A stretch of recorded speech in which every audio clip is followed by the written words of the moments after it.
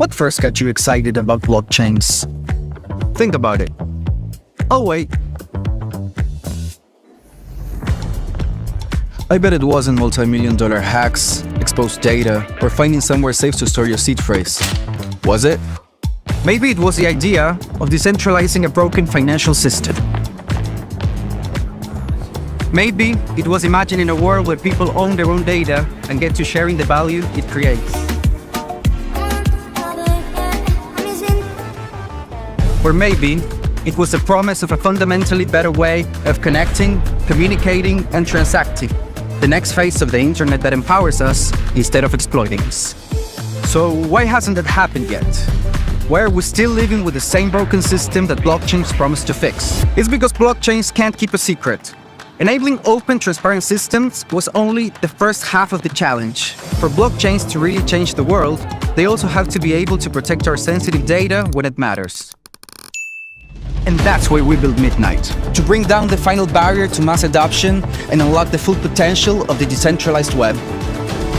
Let's build the internet we deserve, together. Ladies and gentlemen, we all know this in crypto. Ownership matters. That's why Cake Wallet. Cake Wallet gives you full control of your digital assets, all in one easy-to-use application. You can store Bitcoin, Litecoin, Zcash, Monero, and many more with just one secure backup.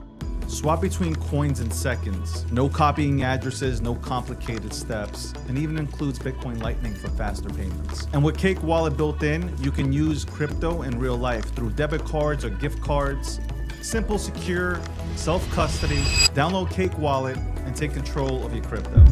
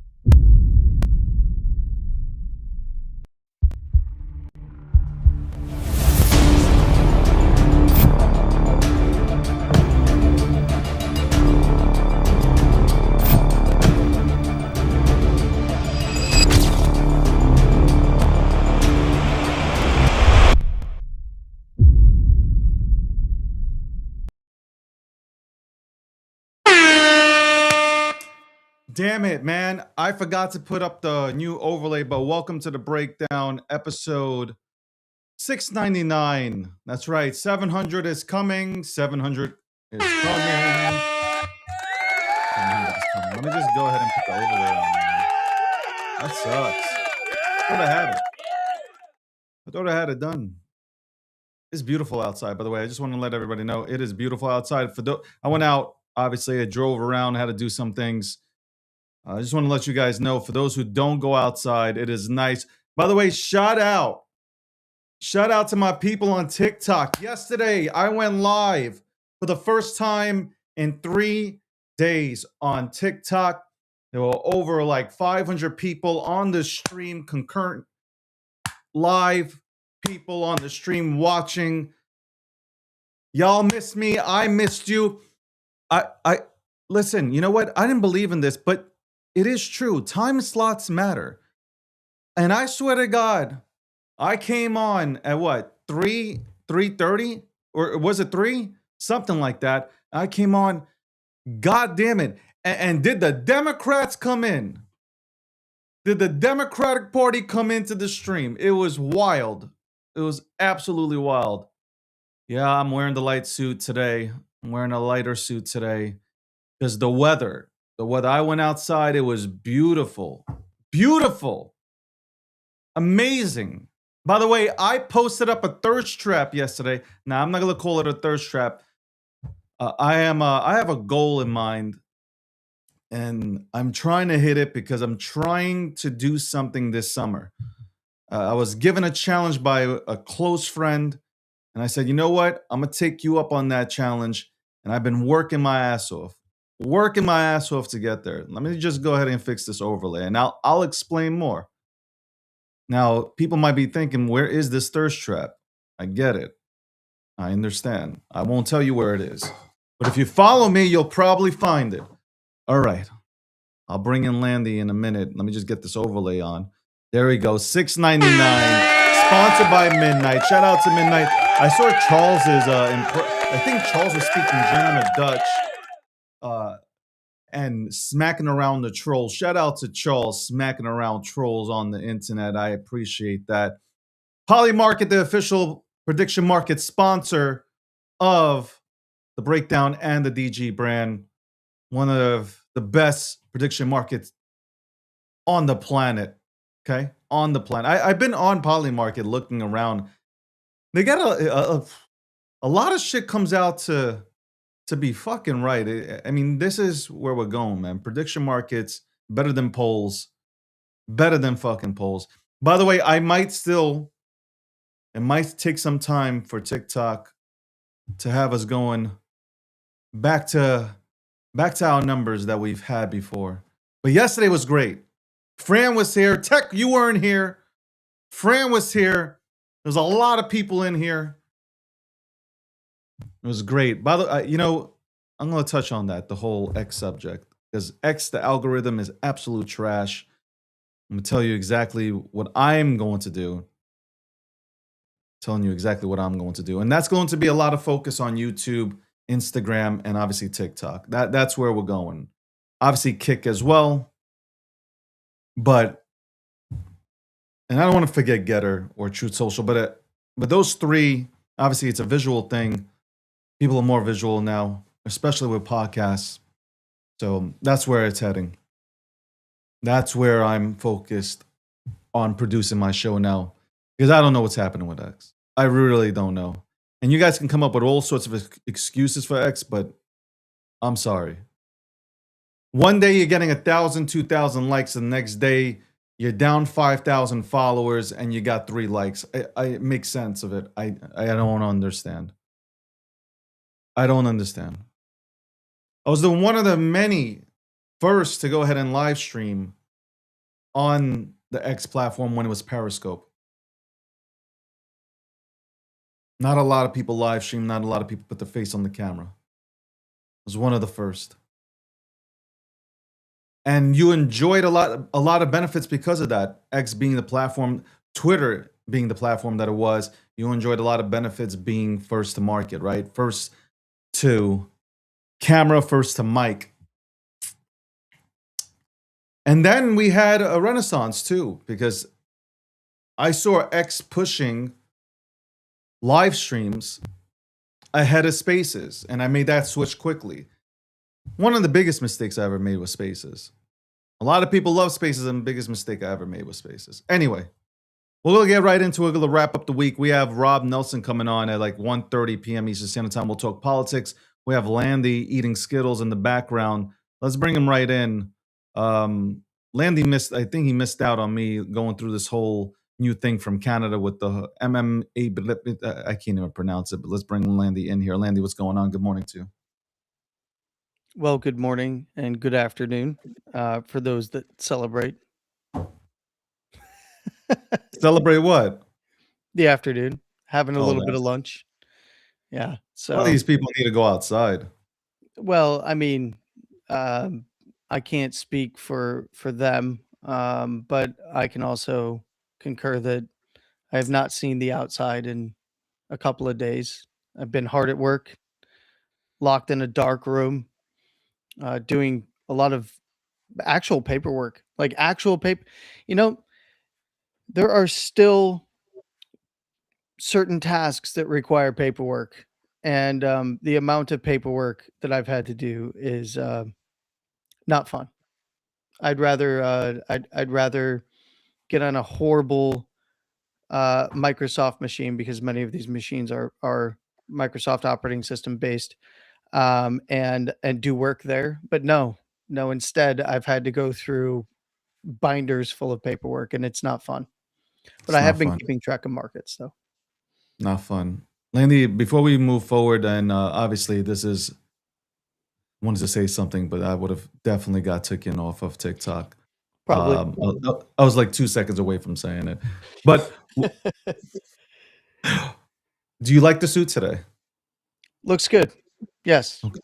You I like the lighter? 'Cause the it- lighter it's colors, yeah. it's spring, right? Spring's coming. And not I'm not getting away from the blue or the black because those are my colors, blue and black. But I'm just saying lighter color today, Friday, no tie. Yeah. You know, keep it loose, you know? In a straight man conversation kind of thing. No, it looks good. I like it. I mean, I'm sure there's plenty of gay dudes that like it too. They're in the chat a lot of the times, usually talking about how they hate every single thing that's coming out of your mouth. So if you weren't going to get banned before, you will now. Oh my god. Well, it was nice being on TikTok for the first what? It was nice being on TikTok for 10 minutes. Yeah, Shout out to can't TikTok. joke. I was about to say something, man. I was about to say something.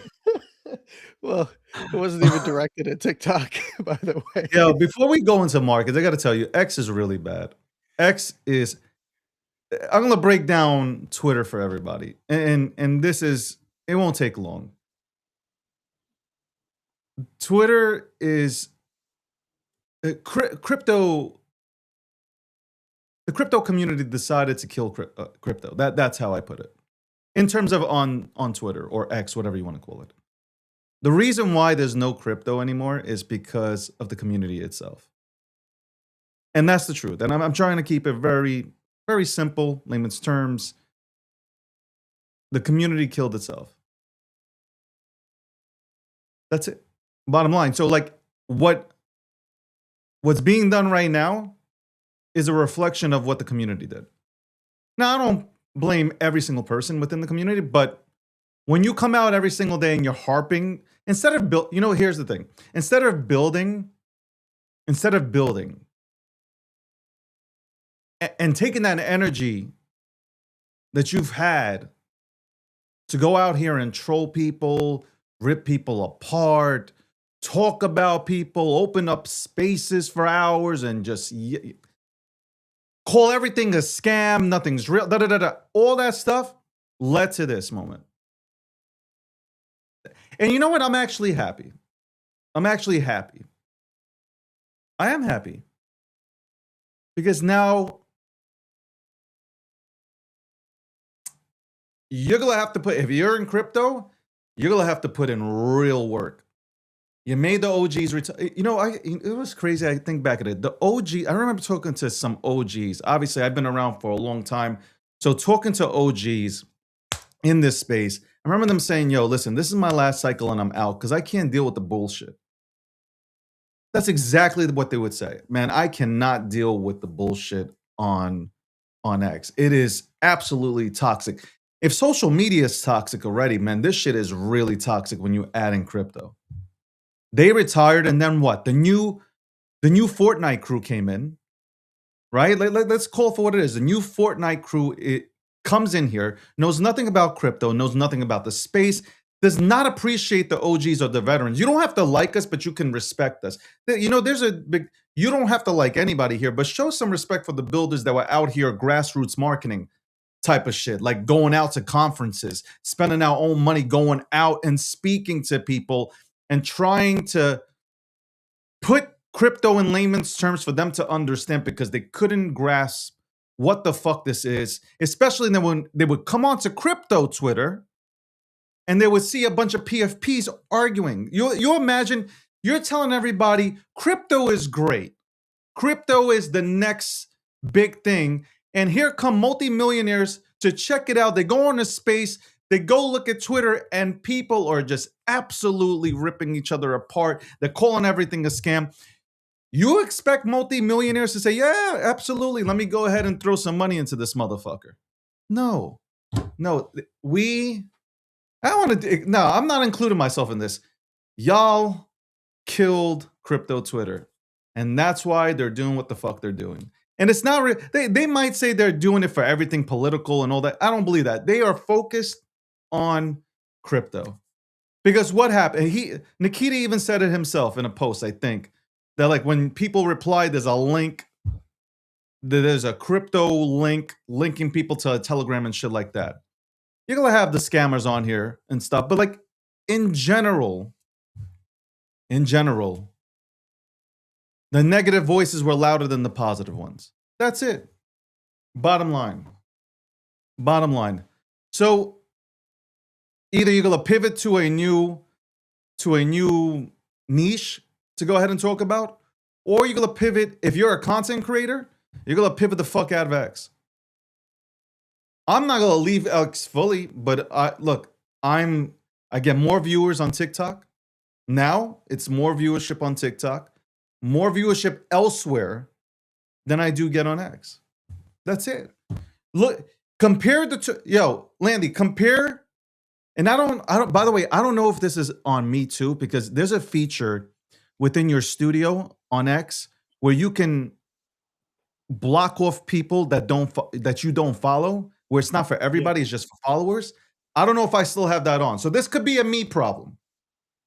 This can also be a me problem, but all I got to say is, Landy, you're on TikTok right now, right? Yeah.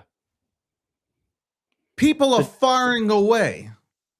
There's always chat going on TikTok. I think it's a multifaceted issue, because the chat, prior to some of these weird changes that they made, chat on X used to be pretty good. You know, when it first launched, there was issues between the web browser chat and the phone chat, but then that seemed to get sorted out, and then everybody could see everybody's chat and then all that good stuff, and then all of a sudden it broke again. And of course there is the studio options where you can limit chat, you can restrict chat in various ways. So I mean, you could check into that, but I'm in both chats right now. So I'm on X, I'm on the TikTok chat as well. And I see TikTok chat is constantly going. It's constantly churning. X chat, I see one thing on this is, again, I don't know what the cause is, but I see one thing on the web browser, and if I go over and check the app right now for chat, I see another thing. And I just don't know if things keep breaking on X. I mean, to the point where, they found a bug the other day or yesterday or something like that. I was kind of going through the timeline a little bit before we went live, and like you couldn't see common followers, right? So like if I went to your profile or Mutuals, somebody's you can't profile, see. yeah, and I couldn't see like who was following specific accounts, because and there's a few people that brought up a really good point, is that you can, at least get a good idea, like, oh hey, I follow this, and also a bunch of people that follow me and I follow them also follow this person.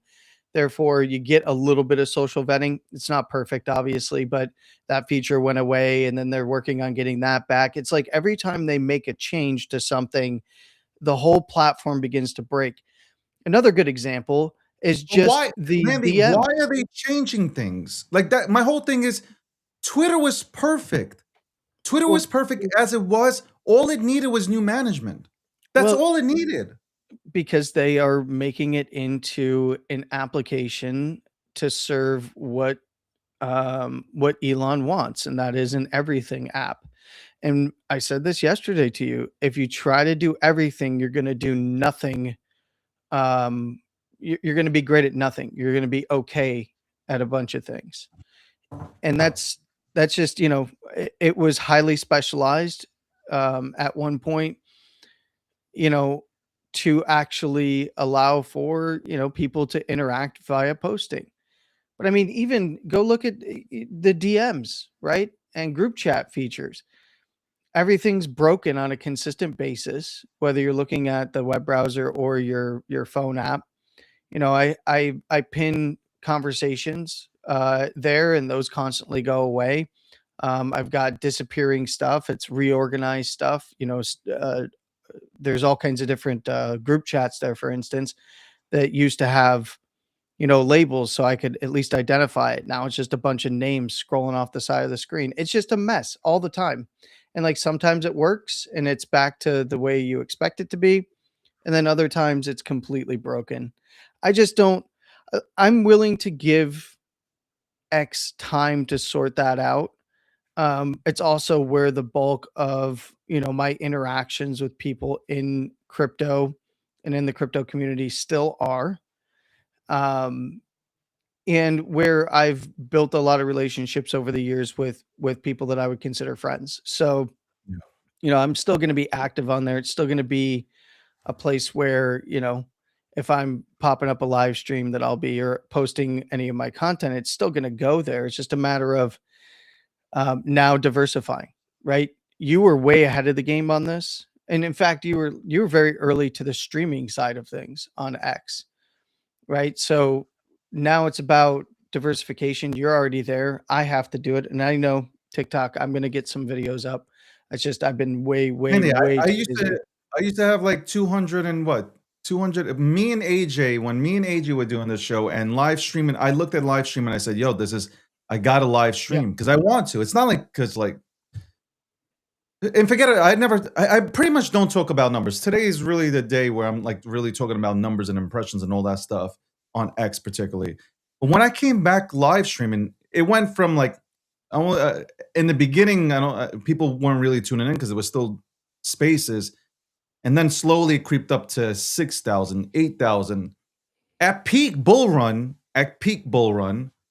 it went up to like 280,000 views in total in a 3-hour Yeah. span. Now Yeah. I'm For like, the now I'm back aggregate to total averaging views. like 20, and it's going lower and lower and lower. I don't, you know what? Here's the thing. I don't want to play this game. This is what I want to lay out, and this is like for anybody else who creates content. I'm not playing this game of. I don't know if they're trying to gamify the system. Whatever they're trying to fucking do, I'm not about that. I'm building a brand. I have an audience. My audience wants to see me. It's that simple. So if it can't happen here, like obviously X was my primary, but if it can't happen here, then we're off to Instagram, we're off to X, we're off to YouTube, which I think those three right there that I just named, when it comes to video, people tune in for video. And especially if you're ridiculously good looking, people tune in. Okay? Even if you have nothing to say, they'll tune in. I'm just saying. Well, Politically wise, I'll still be on X. From a political Yeah. standpoint, hey, I'll talk about all things political on X, but like I go back to it, crypto X is being destroyed. Like Yeah. crypto X, like I can and what I believe did happen, I said this yesterday, a lot of people who used to be on X went over to Twitter. Went over to TikTok, excuse me. I talked would to agree with people that. said that they used to be on X, it became really toxic. They went over to TikTok. I would agree. I also see some similar folks that I know from X on TikTok. But I mean, the fact of the matter is, eh, at the end of the day, multicasting across various platforms is the way to go, right? You're already doing it. There's a lot of people that aren't, and they're getting I crushed told by it. people this is the move. Yeah, is keep expanding to the other platforms. And I think that for those that are, you even see like well-known household names that are streaming on X and just not getting the traction unless they've been doing it for a while, right? And it's very odd because at one point you mentioned it, during obviously the bull run, the live stream on X was just doing numbers, right? Big time numbers. Yeah, but even now you look around and even the live streams across X as a platform as a whole are not doing what they used to do in terms of viewership. And some people attribute it to there's a lot of accounts being removed from X and that kind of stuff. I don't really buy that. I think that the algorithm just is not showing people the content. I think that it's uh, continuing to silo people in echo chambers. And then, I mean, this is pretty much, what all those categories are, right? I mentioned this yesterday is like, what if you look at Grok, and you talk to Grok about those categories that have been laid out. When people first sign up, they can check the different categories that they're more interested in, that kind of stuff. So they'll be shown that content more often. But even then, you can just see the way that Nikita and the team are handling category by category, how they approach essentially scoring that category. And they're really just kind of only elevating, like we said yesterday, only really elevating political discourse. And the caveat there is that you're getting nation state actors that are exploiting that for their benefit. Yeah. And then you're getting legitimate voices across various categories, even including the political category, that are essentially getting deboosted. Their content just isn't being shown to others. And I don't know what the solution is to that. No one's happy. Not even Elon Musk. He's expressed how disappointed he has been in the current iteration of the algorithm as well. I mean, it A went few times. backwards, man. That's what happened. Like, it went backwards. Yeah, and but the fact of the matter is, if you look across cohorts and categories, like for where you are in comparison to your peers, you're still doing well. I'm still doing well within this category as well. But the problem is the category itself has been decimated, right? Yeah. And you're a bit different because you also have crossover to politics. I don't. Imagine if I didn't have politics. Oh Like, yeah, no. imagine if I didn't Like know how every to talk about I mean, like, I know politics. Like, no matter what anybody wants to say, like, you might not agree with my views, but, like, I ran for office. Like, I know politics. Like, I understand politics. I've yeah. always been interested in politics. I've debated in school from a political standpoint. I'm just saying, imagine if I take that away from me and take away and this is the truthful statement. If I wasn't good looking, if I didn't know my shit about crypto or fucking or political shit, like, nobody would tune in. Yeah. I That I plays a mean, major part, man. Like, people can say what the fuck they want to say, but I'm keeping it 100%. it's been interesting to watch. I've seen, and you've seen me around and kind of how I hop through spaces still over on X. And I interact with some of the biggest platforms and players in the game when it comes to having discussions. For sure. And I'll often go and check just to see how they're doing. Just like, hey, you've got, I'm a small account, right, on X, uh, nowhere near, no viral content, no anything like that, right? And I'll go and I'll check on some of these massive accounts, and I look at their impressions and just to kind of see like how are they doing, how are they faring in this kind of environment, and they're getting slaughtered, especially if they're only Yeah. in crypto. If they don't do any kind of political content, they're getting like 500 impressions for, 100, 200, 300, 400,000 follower account. And their followers haven't really moved. It's not like they have lost a ton of followers during all of these different bot purges. Maybe a thousand here, a couple thousand there, or something like that. So and they have good scores when you check them off platform and stuff like that. So I just wonder, um, is there ever going to be a renaissance for blockchain and crypto on X? Like, is it ever gonna make a comeback in terms of this type of, these type of conversations, this type of content? Is it ever gonna come back? And I I don't don't think I don't think so. Well, Nikita is really taking the axe to the entire space. It just, so. until he lets up on that, because legitimate accounts are just getting deboosted over and over and over again and just siloed further and further into oblivion. So, what does that look like? what is the future for X and blockchain and crypto specifically? What does that look like? And I mentioned this to you yesterday. Does it look like they're going to go out and do partnerships with specific people for the X Payments app? Because it's going to start with fiat, but you absolutely 100% know that it will have crypto integrated, right? There's just no way that it's not going to have crypto integrated. So are they only going to prefer if you're talking about the things that are relevant to the X Payments platform? Is this just, clearing the way so that they can kind of get basically a ground floor base set so that they can launch their X Payments platform, which we know is coming. Yeah. And then after that's launched, give it time on the financial side of things, and then start opening the crypto side of things, and then taking their foot off the brakes for the crypto category.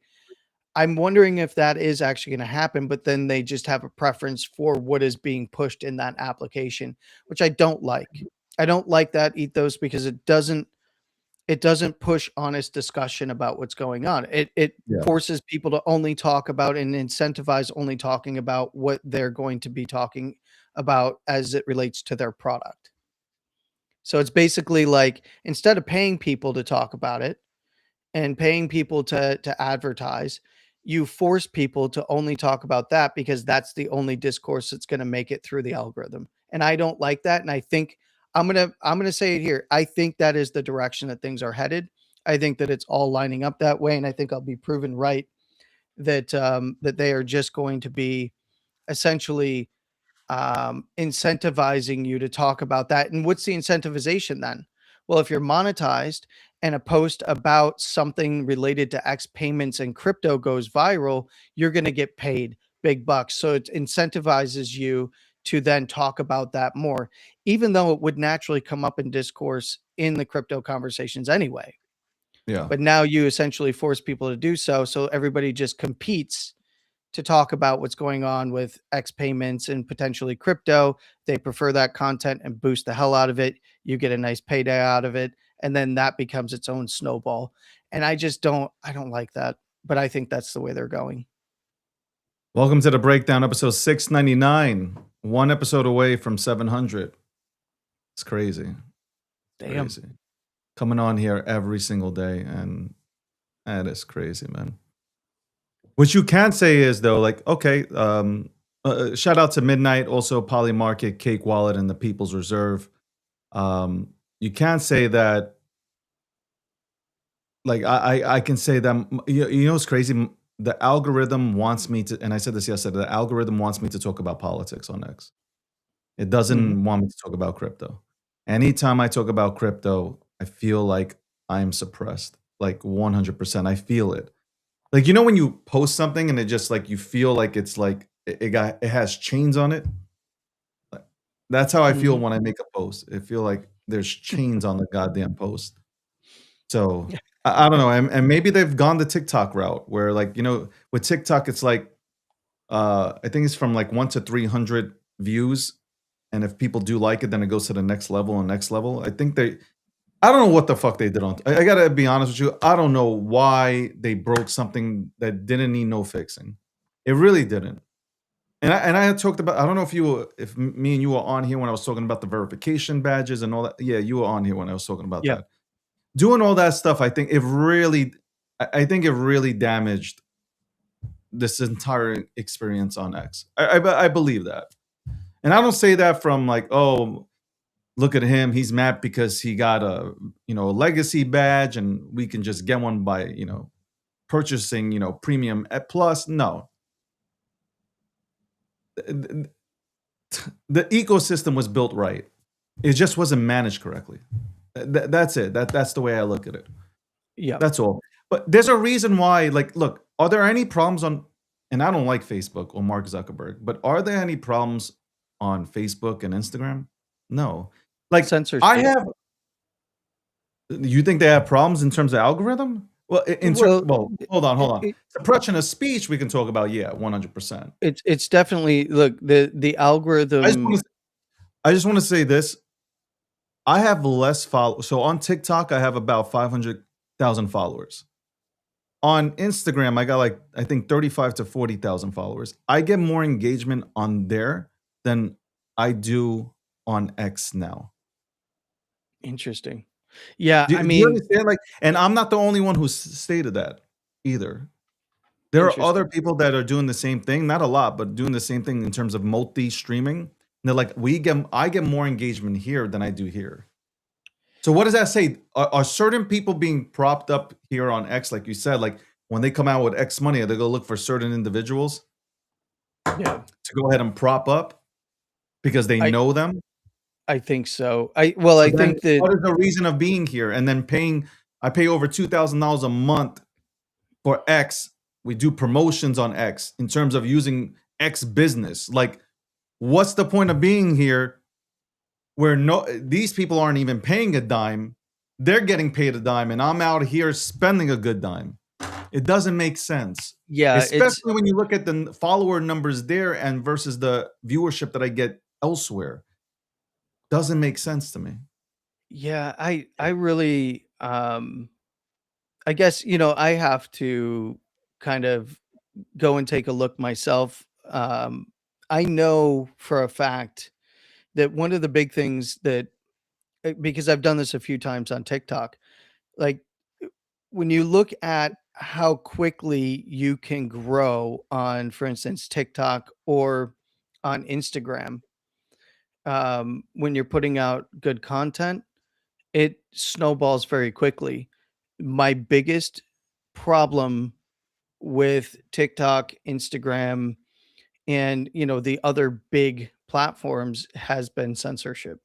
In But do particular, you like, but Landy, hold on. Like, you see, like, so I would agree with you, right? Me and but you we're and being censored on X, essentially. exactly. So it's Yeah. like I rather so this yesterday, if you I don't know, you didn't watch the when I went live on TikTok, I was watching which sucks, but I was watching what I was saying because you don't know who's in the room trying to clip up and like because that video that they clipped up of a live stream from the White House of Trump talking had nothing to do with us.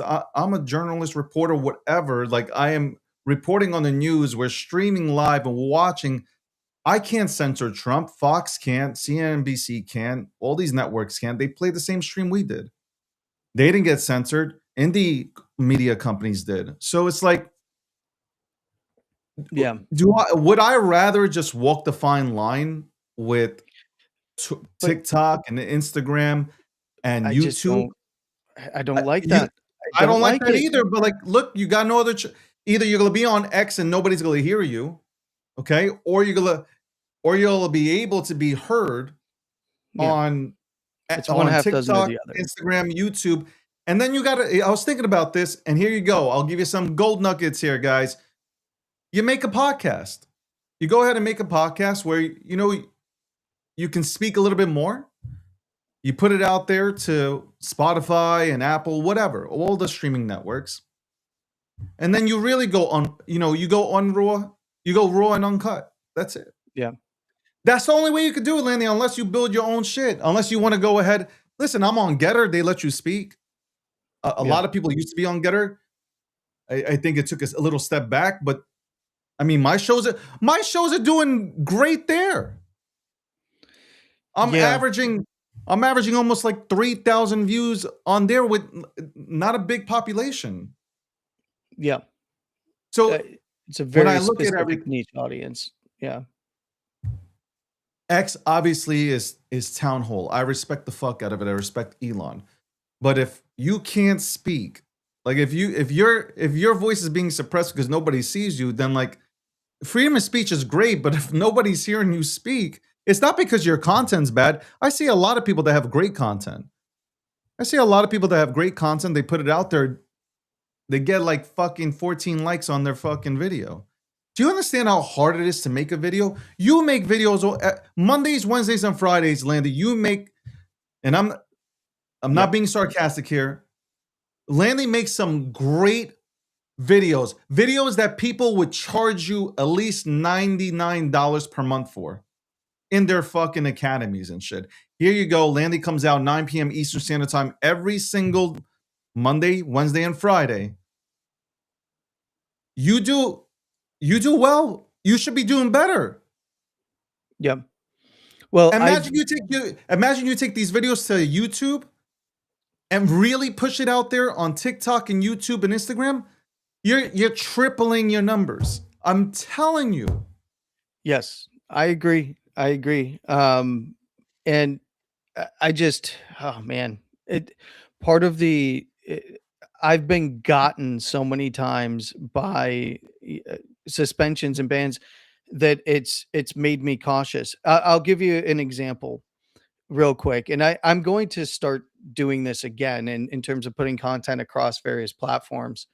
But I wanted to build like a home base again, and I built that home base again on X because there's a lot of people that I have direct connections with there, and I'm able to talk to, and I enjoy talking to. Right, like I consider them friends, even if we haven't met in many cases.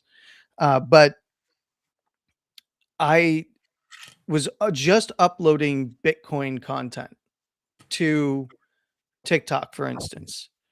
And I was basically not telling people to go and buy Bitcoin. It was literally just analyzing the charts, giving my thoughts on where I thought price might head, what the conditions might be to the upside and the downside, and very, short form stuff, and did very, very, very well. And as soon as I started to do very well, I would get suspended. And then I would appeal the suspensions. I'd be back for a little bit, then I get suspended again, and then all of a sudden I have no account anymore. And I would never get an explanation, no reason why. And the reasons that I would get for these suspensions weren't even related to anything that I was talking about or even Bitcoin itself. And I don't know what the cause of that was, because I would go and I'd look at some other larger accounts across TikTok, and I would see that they were talking about Bitcoin specifically, or price action or technical analysis, and they were not getting suspended; they were still there. And then I went to look a little bit later, and they were gone. So I figured, okay, they don't want you talking about cryptocurrencies, Bitcoin, so on and so forth over here. It does seem though now that has changed. I mean, there's a lot of people in this chat right now. There's a bunch of people in the chat, and a lot of them are focused on cryptocurrencies. Of course, they do cross over, right? Cryptocurrencies, AI, and a lot of other things that are focused on the tech category. So blockchain, cryptocurrencies, and AI are hot topics that it seems like are being allowed again. But just like what you experienced a couple of days ago, all it takes is one person who doesn't like you to then clip up something out of context and then report you to the automated system. And the automated system isn't looking at it and going, oh, David didn't say that. That was literally President Trump saying that. So it's not on him that this was said, right? It doesn't differentiate. It just blanket, we hear Correct. this, you're done. Right. So I really don't know. I'm going to give it a try again myself, of course. You and I have talked a lot in the background about this kind of stuff, but I also think that there's other opportunities that are going to come up as well. And I gotta say, major brands are on TikTok, they're on Instagram, they're on YouTube. As much as I love X, like I don't I hate shitting on X right now. I really do. But like the brands, I get like 30, at least 30 requests per day from TikTok for partnerships, which I turn down. Like I don't want, like, I can't handle 45,000 partnerships right now. And some of the partnerships aren't really that good, but like Yeah. they're out there. They're like, I don't want to name, they're like, out of the 40, maybe 2 or 3 of them are major companies that'll contact. Yeah. You're not getting that on X no more. Like, if people know you, they'll contact you, because there's a difference between and we'll get right to the markets, I promise. I had to get this off my chest, because like I'm seeing what's happening with X. I'm like, this is like, it sucks, because I've been here since 2010, maybe even earlier, man. But I've been here since 2010 on on Twitter, which is now X, and you've built your platform here.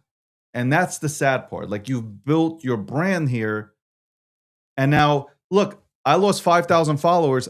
A few of those followers have contacted me and said, like, I got my account suspended because they think I'm a bot. They're not a bot. There are people that purchase verified check marks that don't talk much. You have people that come on to social media to listen. Like, you imagine that concept? They don't come on here to troll. They don't do much replying. They're just here listening. And you took them out. You took them out. You imagine somebody who comes on here, pays for a verified badge, gets taken out. You think they're ever going to come back? No, they're going to find a new platform. But that hurts the brand. That hurts. If you've been building, that hurts your brand. Because now somebody in your audience is no longer going to tune in on X. Let's say if X is your only platform and the only ways for you to go ahead and get your message out there, they're never coming back. You've lost a audience member. That's why you have to multi-stream. Bottom line, tomorrow they can suspend my account. Tomorrow my account gets suspended and I'm a content creator. Where am I going? Now I got to restart. So now I have to join, let's say, TikTok or Instagram or Facebook or Kick or whatever. And I got to start all over. And I got to wait for my audience to find me because I don't have a website. Not me. I'm just giving you an example. A lot of people don't have websites. So, and they've never promoted their other platforms. So now their audience is like, okay, this person's done. Half of the audience is going to move on. Yep. Anyway, that's just, hey, I'm telling you, man, like, so bottom line, I believe Twitter/X had a really good thing. You had the market cornered. This application, I came onto Twitter because it's fast. I can get my thoughts out fast, under 280 characters. Fast. There you go. It's all fast. It's news breaking. I get X money and all that stuff. You should be building on top of X. That's my thing. X, and this is talking about politics and tech right now at 1 p.m., right? We're talking about tech right here. Twitter owns that game. Anybody that ever came after Twitter, they failed within a week's time. They were gone. I'm saying if you're building Twitter or X and you wanted to make it better, build on top of it. Every week it feels like, okay, we're replacing this engine, we're putting a new engine in. We're replacing this, putting this, like, and it's breaking things that actually work. Voice chat doesn't work. Voice chat used to work. You know what was a good feature? When you had voice notes. Sometimes you just don't feel like writing. You had voice notes, you put a voice note in, boom. Yeah, for the DMs. Yeah, these things were good. We're breaking them. Why? What if you want to make the app better, you put on add-ons that make them better, right? I feel like I don't understand this build out. Beta test. We're paying to beta test over there. But it's unfair. It's unfair to the brands to be a part of that experiment. Yes, I agree. Like, I don't want to be a part of it because I don't get paid for it. Okay. Well, and the visibility when it goes, like, it affects brands. Well, they still have a really big advertiser problem from the X platform side of things. You know, they don't. I think part of the reason why they started going through and demonetizing a bunch of accounts is because they don't have enough advertiser money coming in because they keep breaking everything. And every time they break something, an advertiser who might want to go and advertise on X is looking at that and going, well, how do I know that my ads are going to reach the target audience if you keep changing things every 5 seconds? You know, this was a big problem for YouTube. And you know, X isn't the only one going through an algo crisis. YouTube has been going through it for quite some time, which is interesting because it seems like TikTok. Twitter didn't have a problem.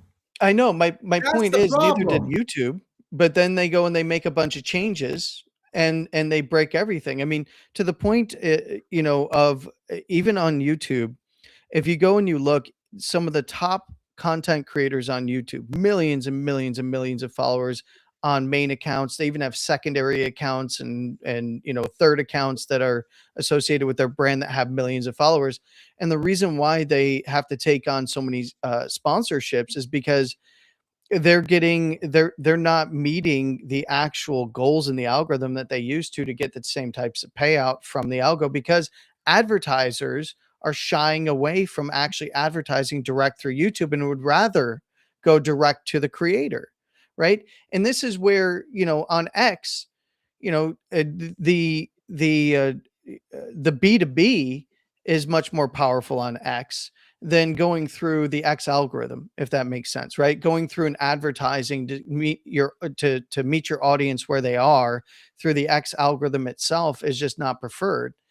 They'd rather go and do a deal with you or someone else, right? Directly, because they're just not getting, there's no advantages to advertising on X. And many in the YouTube sphere have also taken this route.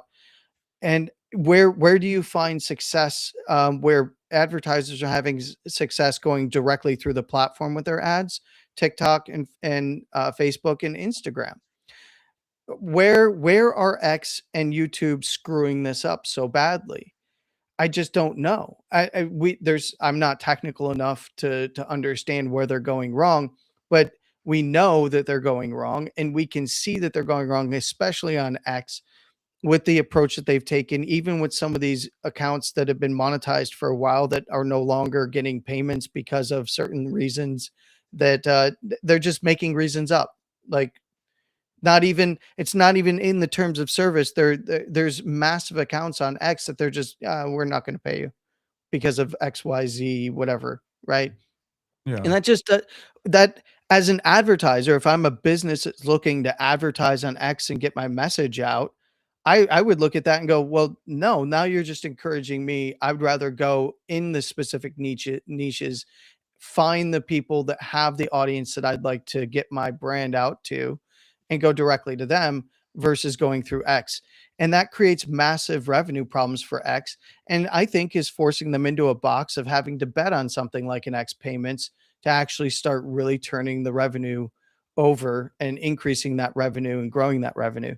And I think that that's one of the major reasons why X is absolutely crushing the crypto sector. They want to get their X Payments out. I know I'm beating a dead horse. They want to get their X Payments out. They're going to introduce crypto inside of that with a wallet. And then that is going to be the way that they are going to incentivize people to talk about it, is through payments to those monetized accounts to talk about it. That's really where I'm at with it. I'm pretty stuck on that, and I think it happens within the next 6 months. Welcome to the breakdown, episode 699. 700 appears on Monday. I might be in my birthday suit. I might be in my and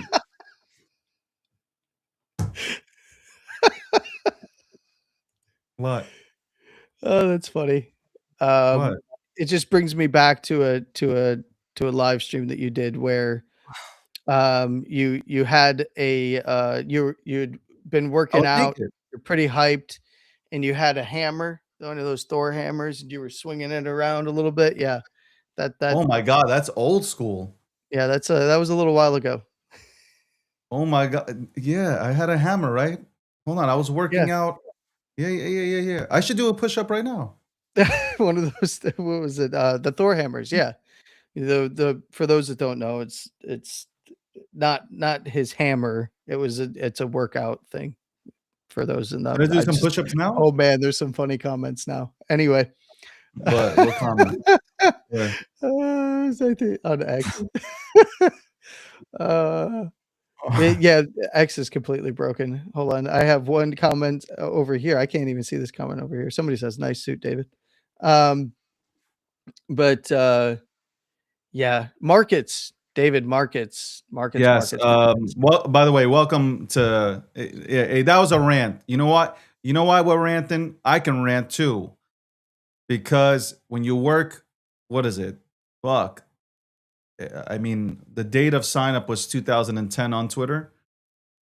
So when you work on, I really started working on this brand in, I guess in 15, 16, I started to podcast. So when you work that long on podcasting, it's building it here, like, yeah, you'll have a few things to say, but it's not like it's not. So my whole thing is like at the end of the day to land this before we go into the markets here. At the end of the day, Twitter was really the main platform. You didn't have TikTok, you didn't have all these things. Now it's there, so you do have an opportunity to continue to grow. That bottom line, and I'm also building something that will give. And I showed it to Landy's seen it. It's something that no matter what happens, you guys can 100% find me, especially with the last name that I have. Anyway, let's go to market talk, right? Let's go to market talk. I was going to show you before. Well, I don't know if I should show you this, but anyway, fuck it. Let's go to markets. The people are waiting for the markets. Let's show them the markets.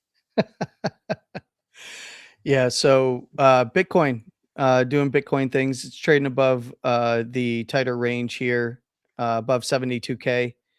And, we traded up to around, what's the high of today? 73,340. So I do believe that if we can get above the swing highs of yesterday, and especially close above around the 72.2 region, there is a good shot at 74 to the top side here. I would be aware of just a slight deviation, then right back down. You would want to see around 70,000 to 70,500 hold up. Especially that would be kind of where a high would be put in. A technical high would be put in a little bit higher than that at around 71.1. But if we get a close above around 72 to 72.2, I would be looking for this to try up for 74 to 76, somewhere in that range up there. If we did start to see any closes above the upper second standard deviation of the Bollinger Band set, I would start to look towards that area's expansion into overhead resistance.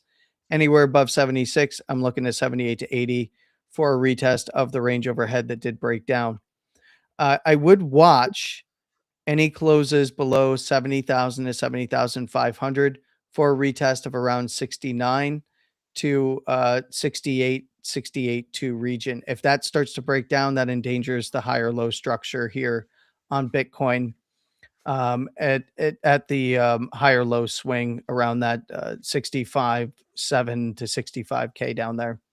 So for continuation to the upside, I would like to see closes above 72 to 72.2.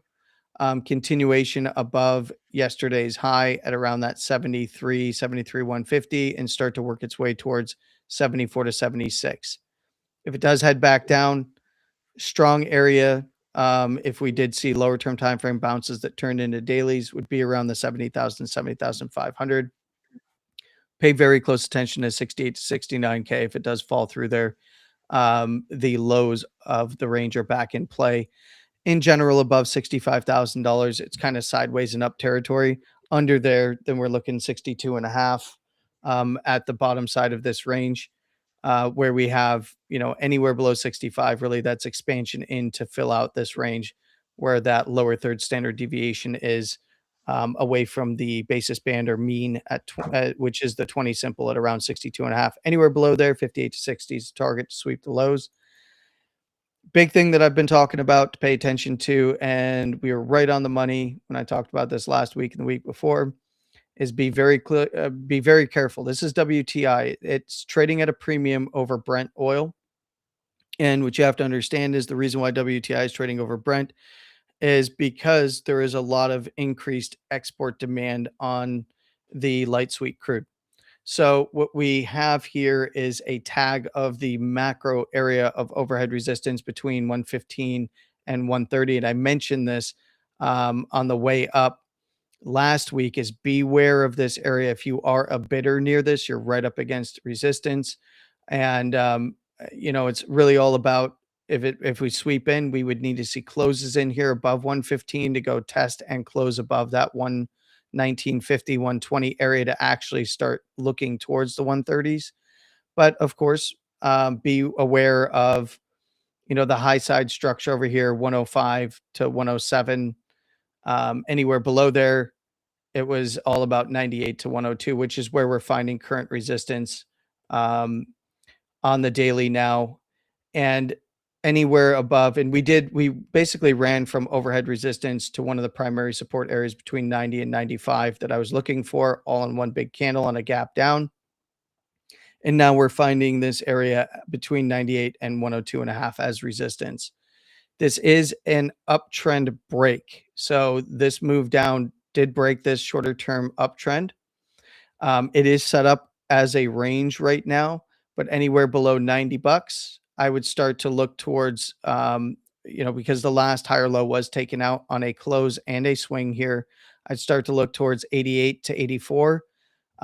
If that area is lost, that would be expansion into the next big area around 74 to 76. And that would be, kind of that would be kind of a big character change. The only way we get there is if we get a low set, right? Or if this is going to be continuation. So either a low set in and around the 90 to 95 area on a closing basis that goes up and makes a lower high, or we continue down or get continuation through that $90 low side structure, which is a major area of interest. Why do I stress looking at oil? Because if you're going to look at oil and it's headed up, you're going to see Dixie continue to head up into its overhead resistance area. This was a big area that I talked about for quite some time, leading into the run up to it between 99.60 and around 140 cents. Big area of interest. We saw some deviations above it. But realistically, this has already broken structure. Lower high, trend reversal set up to lower low. So we do have a two parts of a full downtrending structure in place. And when we see oil come down, Dixie comes down, risk being, is in general going to be put back on the table. I mentioned this, was it Monday? It was the Monday before. Now, I don't remember when I mentioned this, but I mentioned it before it ended up happening. As I mentioned to you on, I forget which show now, is like, look, we're seeing a test of risk on. And then we had that big move up in oil to hit the overhead resistance at the 115 area, the bottom side of that overhead resistance, and then the rejection. And then, the market preferred to go back to risk on. So we have seen that playing out. Traditional markets had a beautiful recovery.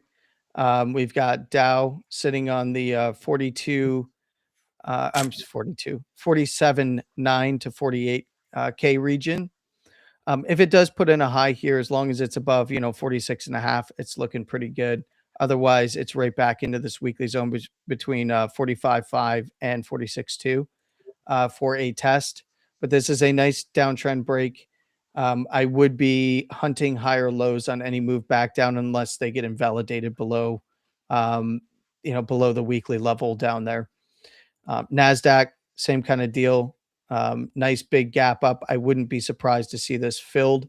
We have a clear downtrend break. Now it's all about higher low structure I would really look for some closing structure. You can reference futures for a clearer view, but in this case, any move back down to around 24 to 24.2 inside of this weekly level, perfectly fine. Beware of moves below 23.8 that start to push the bottom side of this weekly again, because that could lead to a retest of the lows, but we can still entertain potential higher low, equal low structure for both Dow, NASDAQ, and SPY from the daily. And, SPY, big move up as well. Very similar, nice downtrend break. This could move all the way back to the 660 region, perfectly fill the gap, and even, get a nice retest of the weekly for higher low structure. But beware if it starts to close below the 647 to 645 region, that would be retest of the low territory, but still would provide for the potential for higher low equal low structure for a trend shift. And then we need to see follow through on the weeklies. Wherever this does put a high in and begin to come back down, we need to really pay attention to weekly areas of interest for traditional markets. Same for Bitcoin and commodities, right? Won't get into too much more on that front, but Bitcoin would look good on the weekly. I mentioned this to you yesterday. There is something structurally interesting to pay attention to. It might not mean much, but it does. It does matter. If we do get a close above around 72 to 72.2, we would have a higher low on the weekly, both on a close and a swing. Now, technically speaking, you will see the higher low lock in for most indicators that many people use on closes above around 69.250, 69.3 area. But realistically, you need to see a close above that rejective high there at around 72 to 72.2. That would look good to, from a weekly time frame, even if we get daily tests down, as long as structure holds on the daily for the uptrending structure. I would be looking, 74, 76, and then for a direct retest of 78 to 80, and potentially more to head towards the mid to low 80s, 82.5 to 83, which is a big monthly close. And then up to test, anywhere between 86 and 89 would be fair game. And in any kind of a scenario where we see a break and close above 76K, I would pay very close attention, because that would be higher low trend reversal setup that would be locked in above 72 to a trend break. So that would be a structural change on the weekly. Now, again, that's only two parts of a full trend with a higher low and then to a trend break, but that would start to change the picture. And unless it turned out to be just a little onesie twosie move up, we could entertain a major low being set here. Again, that would still be a lower low on the monthly time frame, so we have to really watch for reclaims overhead. But you can see that the weekly is lining up pretty well. Mean reverting back to the basis band overhead would be a tap on 78. Deviations above and lower term timeframes would give us right around the 80, and potentially more, all the way to the upper first standard deviation here, which is between that 86 and $89,000 area, which is a lower high structure from the prior Q1 to Q2 transition last year. And again, we're Q1 to Q2 transition this year, but the structure is different on the macro. But this was the area that Bitcoin was holding up at on the weeklies, was this lower high from, we had essentially January to that April low. We had a lower high at 86 with a lower high swing at 89. And this was a big, big area of interest here that we saw Bitcoin holding up before it lost it and went for the next area and the internal structure over here. So this would be significant on retests, even to 78 to 80. That would be a bearish retest. A reclaim to push further up would be still in bearish territory, but would give Bitcoin distance to put in further higher lows if it did start to push up towards the 86 to 89, potentially even to the low 90s. That would give it a good chance for, higher low equal low structure as it relates to what could potentially become a higher low close here for Bitcoin on the weekly. So there is some significant stuff to pay attention to with Bitcoin, and I would focus on oil and Dixie. So if oil continues to head down, Dixie will lose its strength to a certain degree. And then we will see where the trade is essentially for risk on versus risk off moves. And I think that would also coincide. If you watch oil coming down and continuing to come down, you're going to see more, regardless of what kind of, up to the moment reporting you're getting out of the Middle East for whatever your favorite side of the aisle is. Understand that the truth is in the charts. And if we continue to see oil head down, things are improving. Also, that means that a lot of the trade is also going away there and moving on to other things, more than likely into risk assets and risk, risk, the risk side of the trade essentially would be increasing in that case. So, money's got to flow somewhere. and it flows out of safety and out of an advantageous narrative-based trade, it will flow back into rather risk-on assets. And we saw plenty of bidding going on the lows for traditional markets as well. Big extreme move down, VIX above 30. A lot of bids were happening in that downtrend. So we'll see what the future holds. I think Sunday's going to be big. So pay attention Sunday. Close above 72 would set the higher low swing and close with the potential to go up and try for a downtrend break at 74 or in that zone on the daily 74 to 76. And then we would have to see if we get any closes above there. Otherwise, back in the range, watch 68 to 69K essentially. That's Landy, episode 699, breaking down the markets. And before Landy goes, I want to go ahead and just say, Landy, this is what I'm thinking, okay? I don't know, What am I like doing it over might here? happen. There we go. Go ahead. By the way, they caught me doing push-ups during your breakdown of the markets.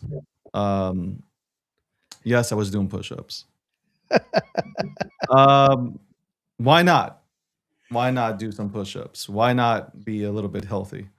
And anyway, Hey. I wanted to say there might be a wild card in here. You're saying watch Sunday. I don't know if Trump coming out of nowhere and carpet bombing Iran if it's priced in or not.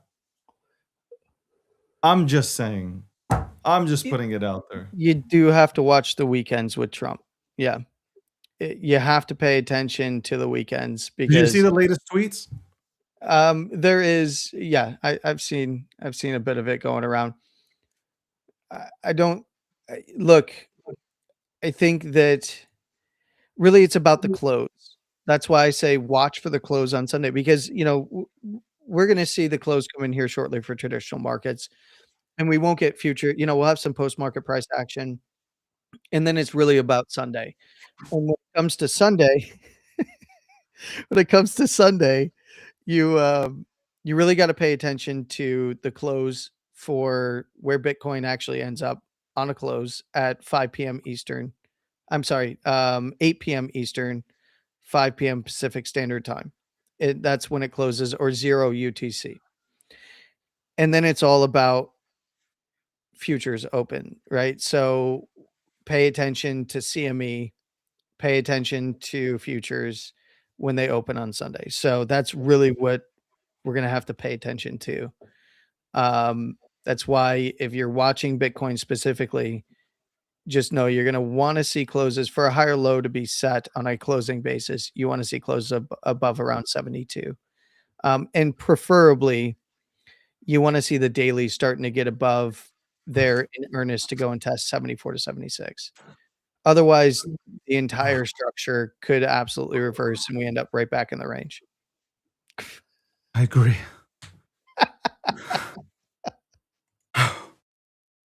Woo.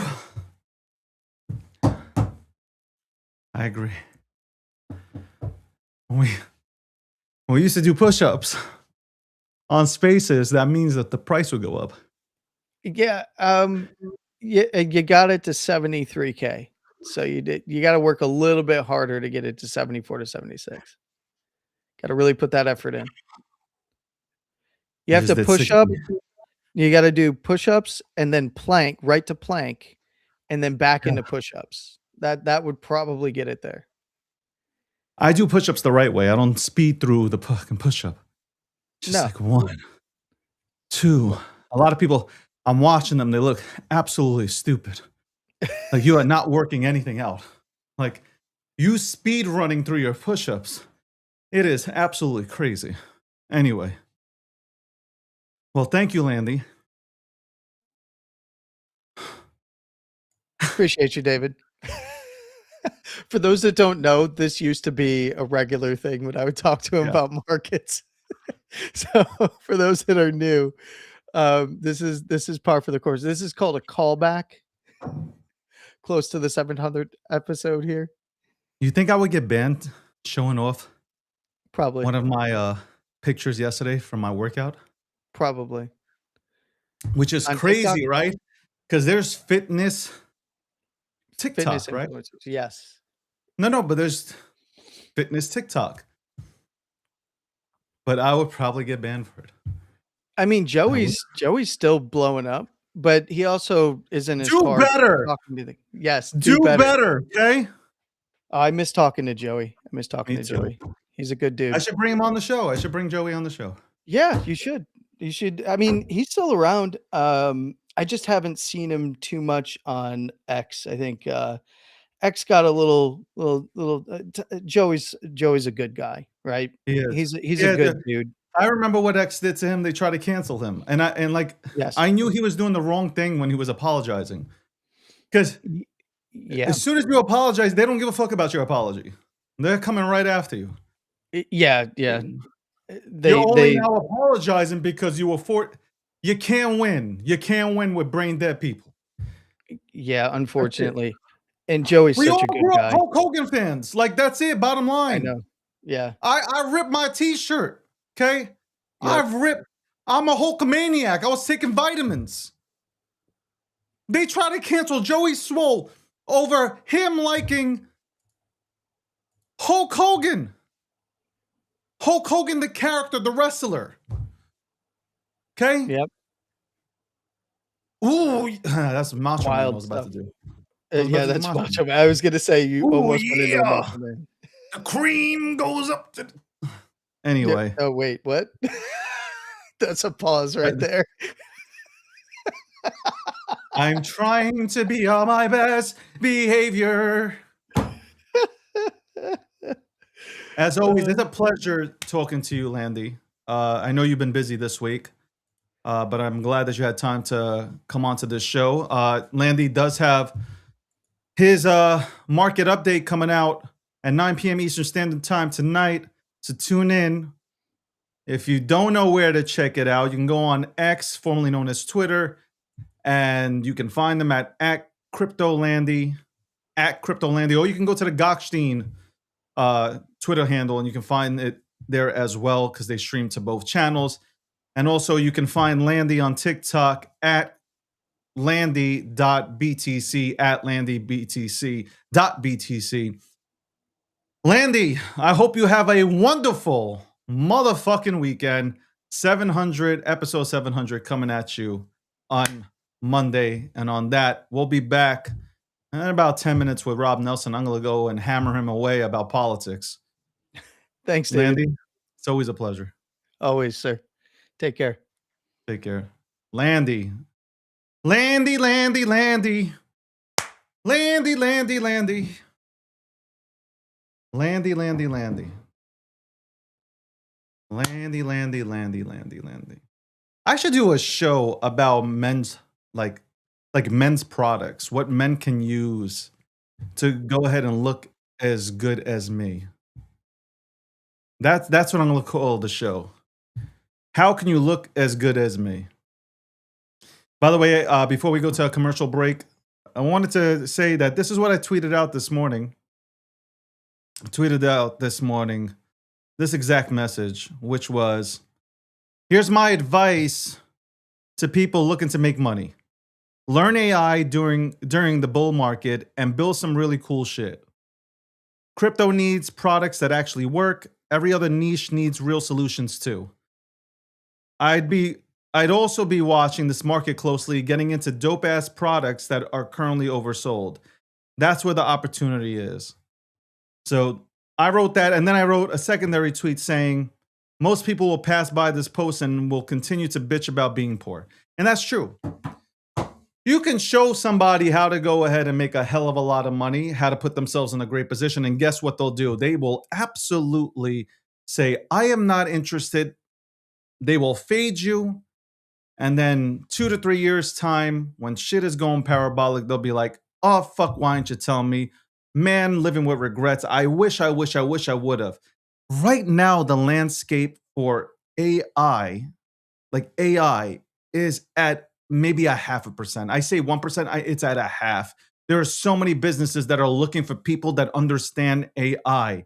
You can go ahead and position yourself as a leader in that space if you just took the time. Instead of trolling me, you can go on to your little notebook that you've had for the last 15 years, go on there and study it and become a thought leader, become a consultant, an AI consultant, and make money. You can easily make $500, $1,000, $1,500 a day. Easy.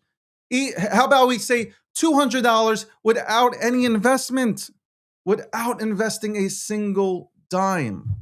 So I don't know, man. And then crypto. There's a lot of oversold stuff in the meme economy and the altcoins. You got Bitcoin that's still like cheap as shit. Anyway, let's go ahead and go to a commercial break. We'll be right back. We'll have Rob Nelson on at 1:40.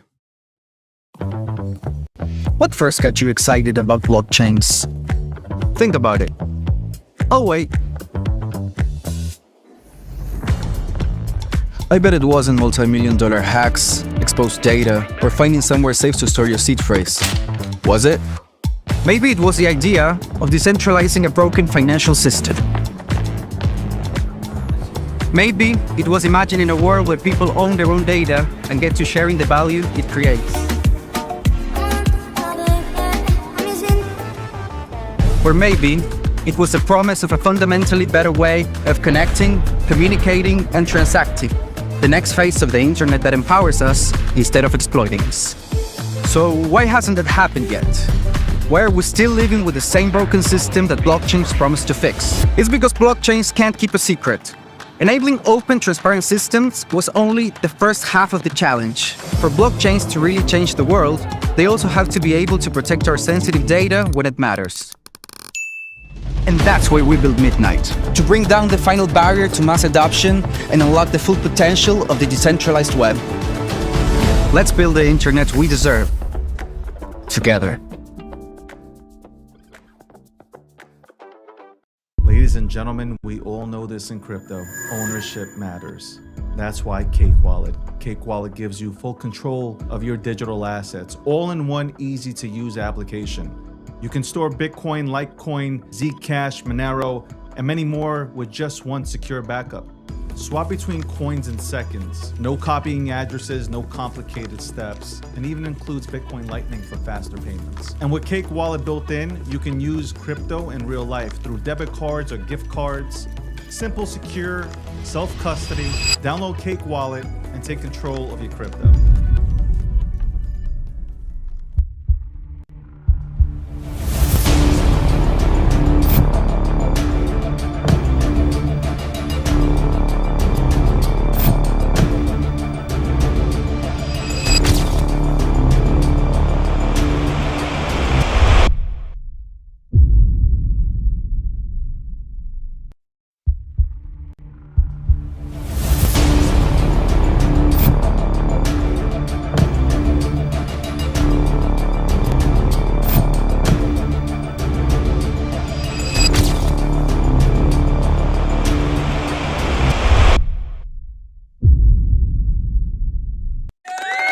Welcome back. I'm not used to like light suits right now. I am not used to the light suit. Like I'm used to obviously having my black or blue suit on. I'm used to that, man. Like I'm looking at myself right now. Yeah, I can say that I'm absolutely. People would say I'm an international sex symbol, 100%, and I would absolutely agree with them. But it's still, I don't know. I feel like I am my blue and black suits. I really am my blue and black suits or darker suits. I don't know, but change up is good. Change up is good. It is good. Welcome back to The Breakdown, episode 699, sponsored by Midnight, sponsored by Cake Wallet. Also, real quickly, I try to do my Polymarket commercial, and I love doing the Polymarket commercial. Yesterday, 20 minutes doing the Polymarket commercial, and what happens? After I'm done doing the commercial, I was recording it on mute. The entire time it was on mute. It was on mute. But it's fascinating. I've been on Polymarket for a few weeks now, like looking at stuff. And it's just like, it's amazing to see how you get news instantaneously because people are obviously going on that site and predicting the potential outcomes. So you hear the people's voices. So it's cool, like on any topic as well. So Polymarket, go to polymarket.com. Go to polymarket.com if you want to get instant news, as I call it. It's instant news. It's immediately delivered to you in real time, especially from the political standpoint, man. Right now they have the Democrats, apparently the Democrats winning the midterms. And like, listen, we're still far away from November, and I hope that shifts, but that's what they're saying now. It's the people that are going onto Polymarket and betting on it. Also, the People's Reserve. Talked about the People's Reserve a lot on here. It's a real RWI. Use your Bitcoin as collateral to get yourself a home. Right? You don't got to sell off your Bitcoin. Bitcoin's going to $1 million, right? Everybody's saying Bitcoin's going to $1 million. Every single Michael Saylor, you got Kathy Wood. She's coming. Everybody's coming out. Bitcoin's going to $1 million. You imagine you go ahead and sell it. Use it as collateral. Again, not financial advice. Seek out a financial advisor to see what's best for you. But I'm just saying, like, if it's me, I'm using it as collateral to go ahead and get myself a house if I'm going for that. All right. At 1:40, we should have Rob Nelson on here to talk about what's happening right now from the political standpoint. Shout out, by the way, I'm debating this, but obviously we multi-stream. I've always multi-streamed, more so than ever now. Shout out to everybody who's tuning in from Getter. Shout out to obviously TikTok. TikTok is absolutely 100% more active than any other, than any other social media outlet that I have. It used to be a race. It used to be between X, formerly known as Twitter, and TikTok. And TikTok really, if you look at the conversations that people are having, you look at the people that it's night and day. And I don't know what that is. If that is, again, if they're working on the new algorithm, the installing. How many algorithms have we gone through in the last 2 to 3 years? Like, it seems like 50.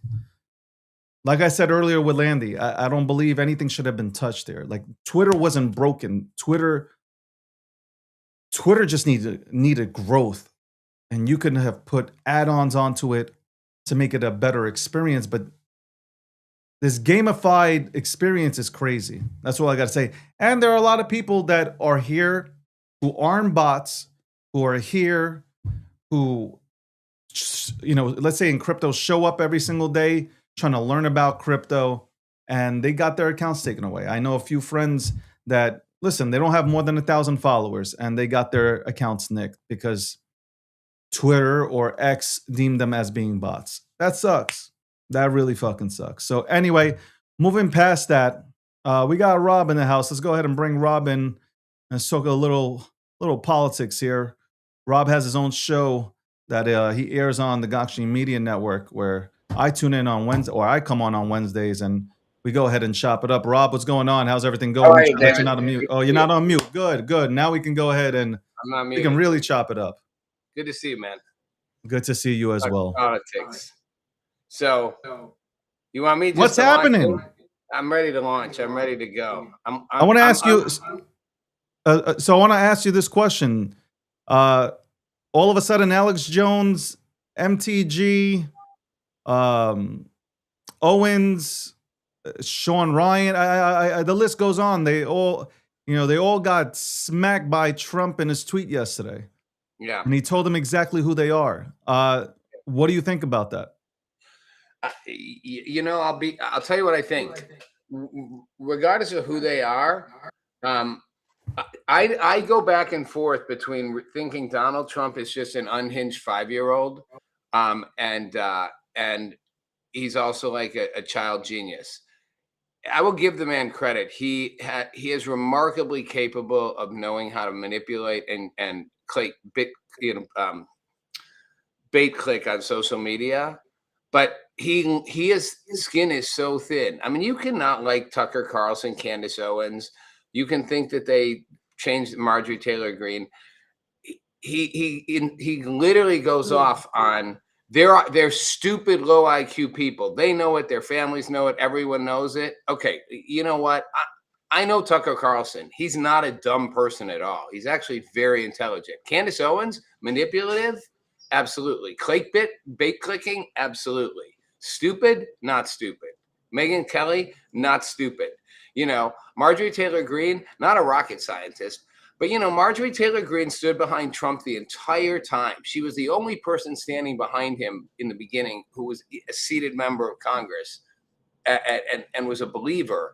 And she finally walked away when she felt he betrayed what she felt were core mega values. And I don't think she was 100% wrong. That she was like, this isn't what I thought you were going to do.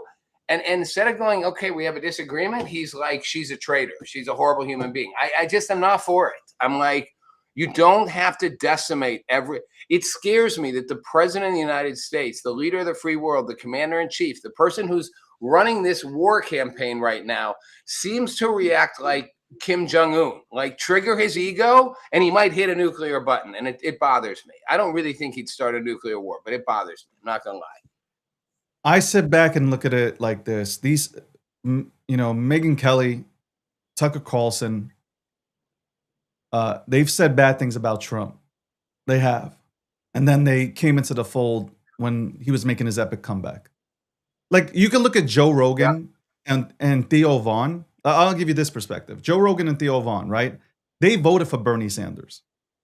You know where their mindset is politically, because that's who they voted for, and that's who they've always stood for. Mm-hmm. They couldn't find themselves to vote for Kamala Harris because they felt like the policies and everything that happened under Biden, it wasn't for them, especially with free speech. Like, Elon came on to Joe Rogan's show and talked about free speech. And then I think the nail in the coffin was Kamala Harris not coming onto Joe Rogan's show. So where I'm going with this, you can understand if Rogan and Theo Vaughn are, because they had a recent podcast, they're sitting there and they're talking about like, oh, Trump is crazy or whatever. Like, they were never Trumpers. They just had, when they looked at the two candidates, they were like, okay, this is, not my first choice, but the only choice kind of thing. And they went with it. So you can understand them. Like, for instance, Trump can't come out and say anything about them. He just can't. To me, though, he can say things about Megyn Kelly. Megyn Kelly, to me, is a flip-flopper. She is. I'm not a Ben Shapiro fan. Like, I'm not a huge Ben Shapiro fan. But what I will say is, and there's nothing wrong with Ben, I'm just saying I don't watch him. But Megyn Kelly herself contradicted herself, because she said when she was down and out after getting fired by NBC, and she was laying on her couch, she got a phone call from Ben Shapiro. Ben Shapiro, obviously Daily Wire, invited her out to California, not to hire her. Her words, not to hire her, to get her out the rut. She came out to California. She saw the operations at the Daily Wire. She went back home. She got inspired. And she credits Ben Shapiro for doing that for her. Then a year passes, she's on a podcast saying, or she's at that event where she's doing that whole tour, and she says, without her, nobody would know about Ben Shapiro. So my whole thing is, all these people like Tucker, I'm not saying Tucker's stupid, but something's happened where he's made a complete 180. Okay? Mm-hmm. Alex Jones, he was crying. He was crying for Trump to help him when everything was happening with him talking about Sandy Hook. Crying for Trump to help him. All these people have done a 180. Yeah, I agree. Why? Okay. Like, why? But the 180 is my issue. Isn't that they did 180s? My issue is how he approaches it. Come on, you got to admit it's a little unhinged. I mean, it's like he went after the New York Times and CNN the other day and said they were evil because they claimed that Iran's 10-point plan was the 10-point plan that Iran claims it was. because that 10-point plan is the 10-point plan of we enrich uranium, you leave troops out of the Gulf, you give us sanctions, you pay us reparations, you undo the sanctions, you give us reparations, you let us run the strait. That is their 10-point plan. CNN, New York Times, as much as they have fake news, didn't make that plan up. The prime minister, the foreign minister of Iran came out and said that is our 10-point plan. Why can't Trump just say, you know what? Iran's being double-faced. I don't think they are. I don't think they're saying two different things. But instead, he's like, these horrible media outlets, they're evil because they said that's the 10-point plan. And that doesn't make him look good. But that is the 10-point plan. That wasn't the 10-point plan. It is. JD Vance came out and talked about it. Yeah, JD I know, but Vance said the first they're not telling the truth, David. They're not telling the truth. No, they're not. JD Vance said it. Hold on. JD Vance came out and said there have been 3 proposals. The first proposal that was submitted in, which CNN ran with, was something that JD said was written out in ChatGPT by the Iranian regime, which they all said in the Trump administration, Trump took that paper and threw it in the garbage can. There's no way, I believe that. we're doing that. I believe that. So what happened is that first thing that was submitted is what the Nigerian outlet ran with, along with CNN. The second proposal that came in is the one that they've been working on, meaning like they haven't agreed to it. There's some things that are good, and they can get close to, but they're not agreeing on a lot of those things. I'm not going to win this. No, but hold on. I'll give you the mic so you can talk. I'm just saying CNN ran with the one that was thrown in the garbage that they didn't even give any look to. They weren't reporting on the one that was actually agreed to for the ceasefire. Yeah. That's my point. Listen, you're going to defend Trump and Vance the whole way. I'm not. Hold on. Vance did a 180. In 2015, Vance called Trump Hitler.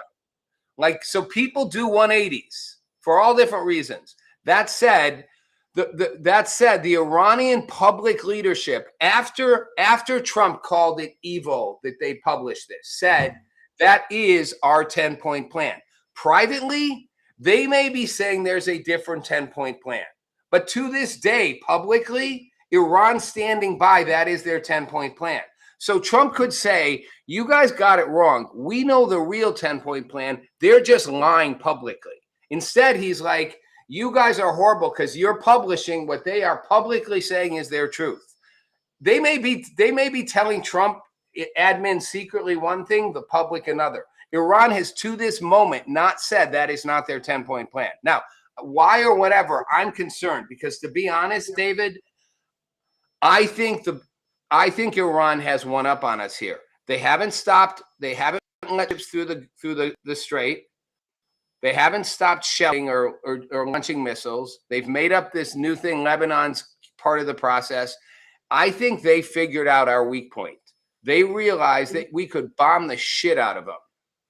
But as long as they could choke off the strait and keep 20% of the world's energy off kilter, the U.S. and European democracies and the rest of the world would panic and they would cave. And Trump didn't go to the peace table because he wants to save Iran. He went to the peace table because he wants to settle the markets. And I think Iran knows that, and they're fucking with us because they're like, we dare you to come back and bomb us.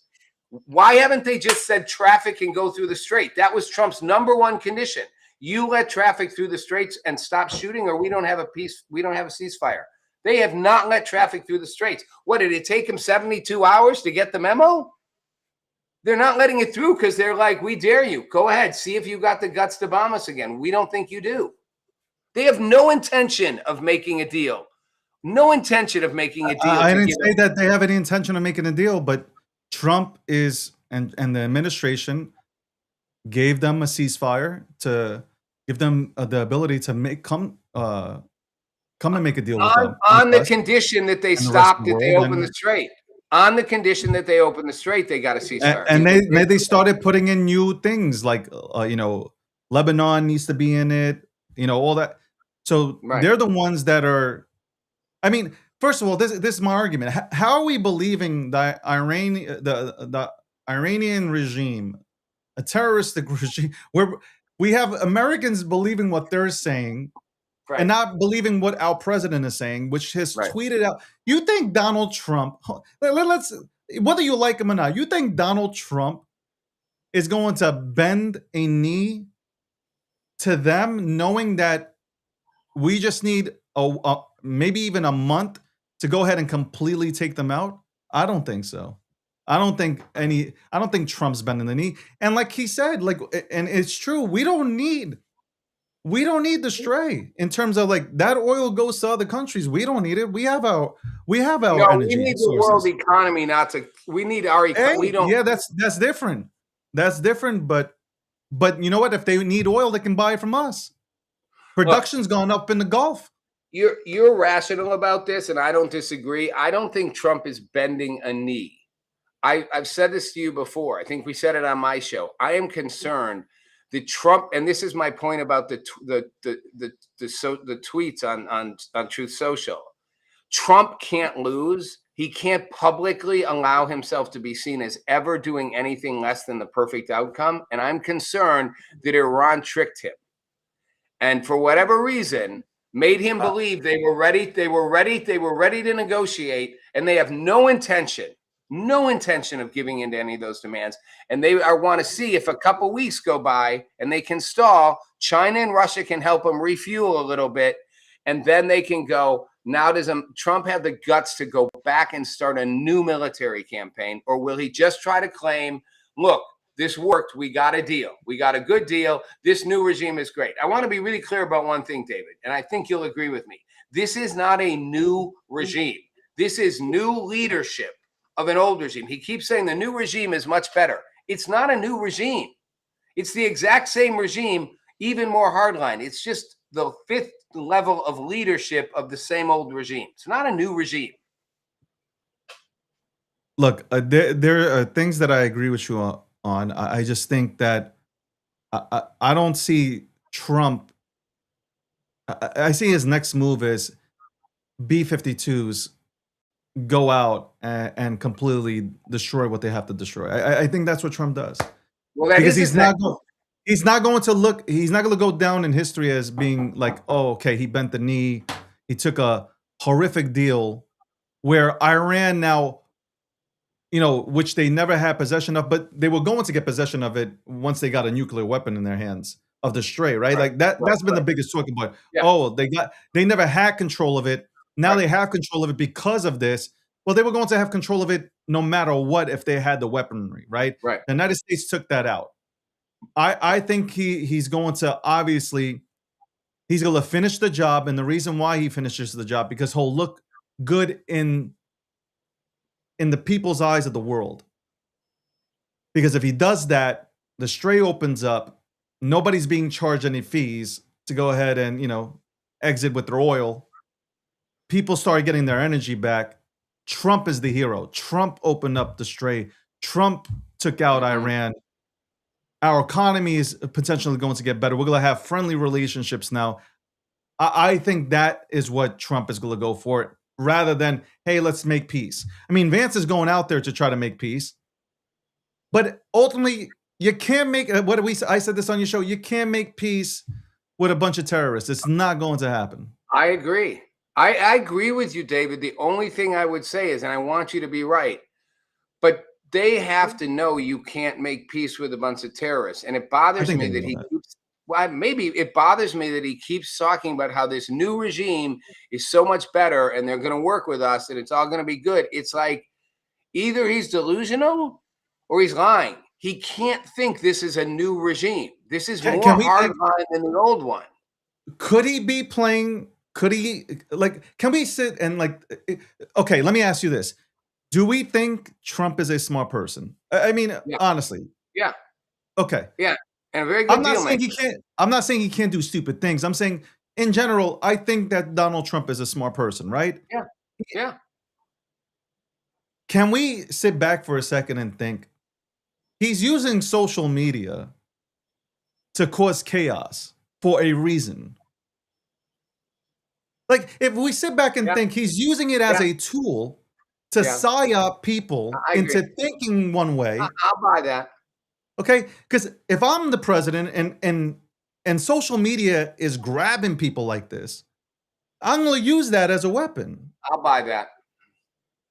Now I'll buy everybody's saying, that. "Oh, he's saying this and he's going out and they're focused on this." Even his enemies are focused on it. Meanwhile, they're in the Situation Room. They're planning out the next carpet bomb. Yeah.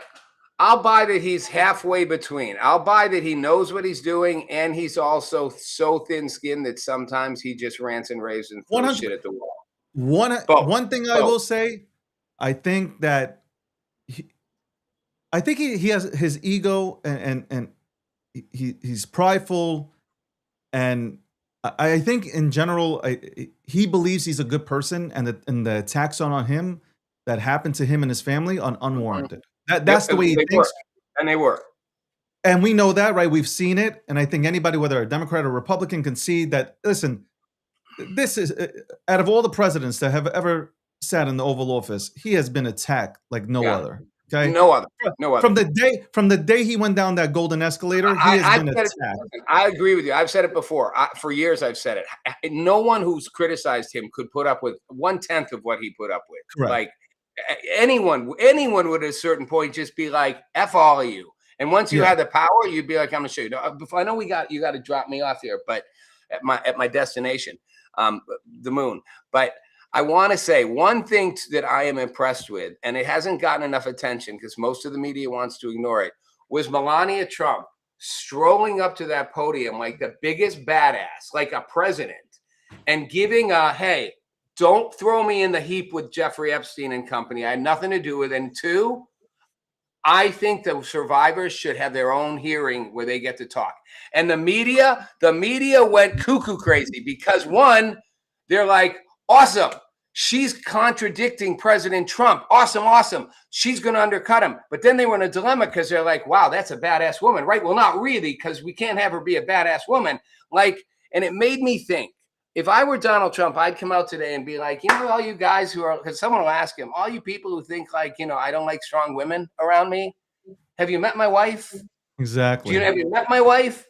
And by the way, I tell everyone what to do, including world leaders. I don't tell Melania what to do. Like, I'm like, wow, that is who he is. He is married comfortably to a woman who's got enough balls that she just tells the White House, I'm going to say something, and doesn't even tell him what she's going to say, and comes out and says something that totally runs against his agenda. And he's like, well, that's my wife. Don't tell her what to do. That says something about him. That and Ivanka. Those are two powerful women. So don't anybody tell me Trump's afraid of strong women, plus Susie Wiley. But it also says something about his character and how he is. He's obviously, to your point, there is something there about him we don't see in Truth Social. 100%. I want to add on to that because you made a great point to touch on this. The media didn't know she was coming to talk about the Epstein stuff. So the media was caught off guard. They even said it themselves. Why talk about the Epstein thing, right? People are like, oh, there must be an article coming out. So she's getting ahead of it. Whether there is or not, she pulled an Elon because Elon would do the same thing. Elon has done that his entire life. He would get ahead of a story, and then when the story comes out, it doesn't mean anything. So if that's the case, whatever. But this is the one thing that not a lot of people are talking about it.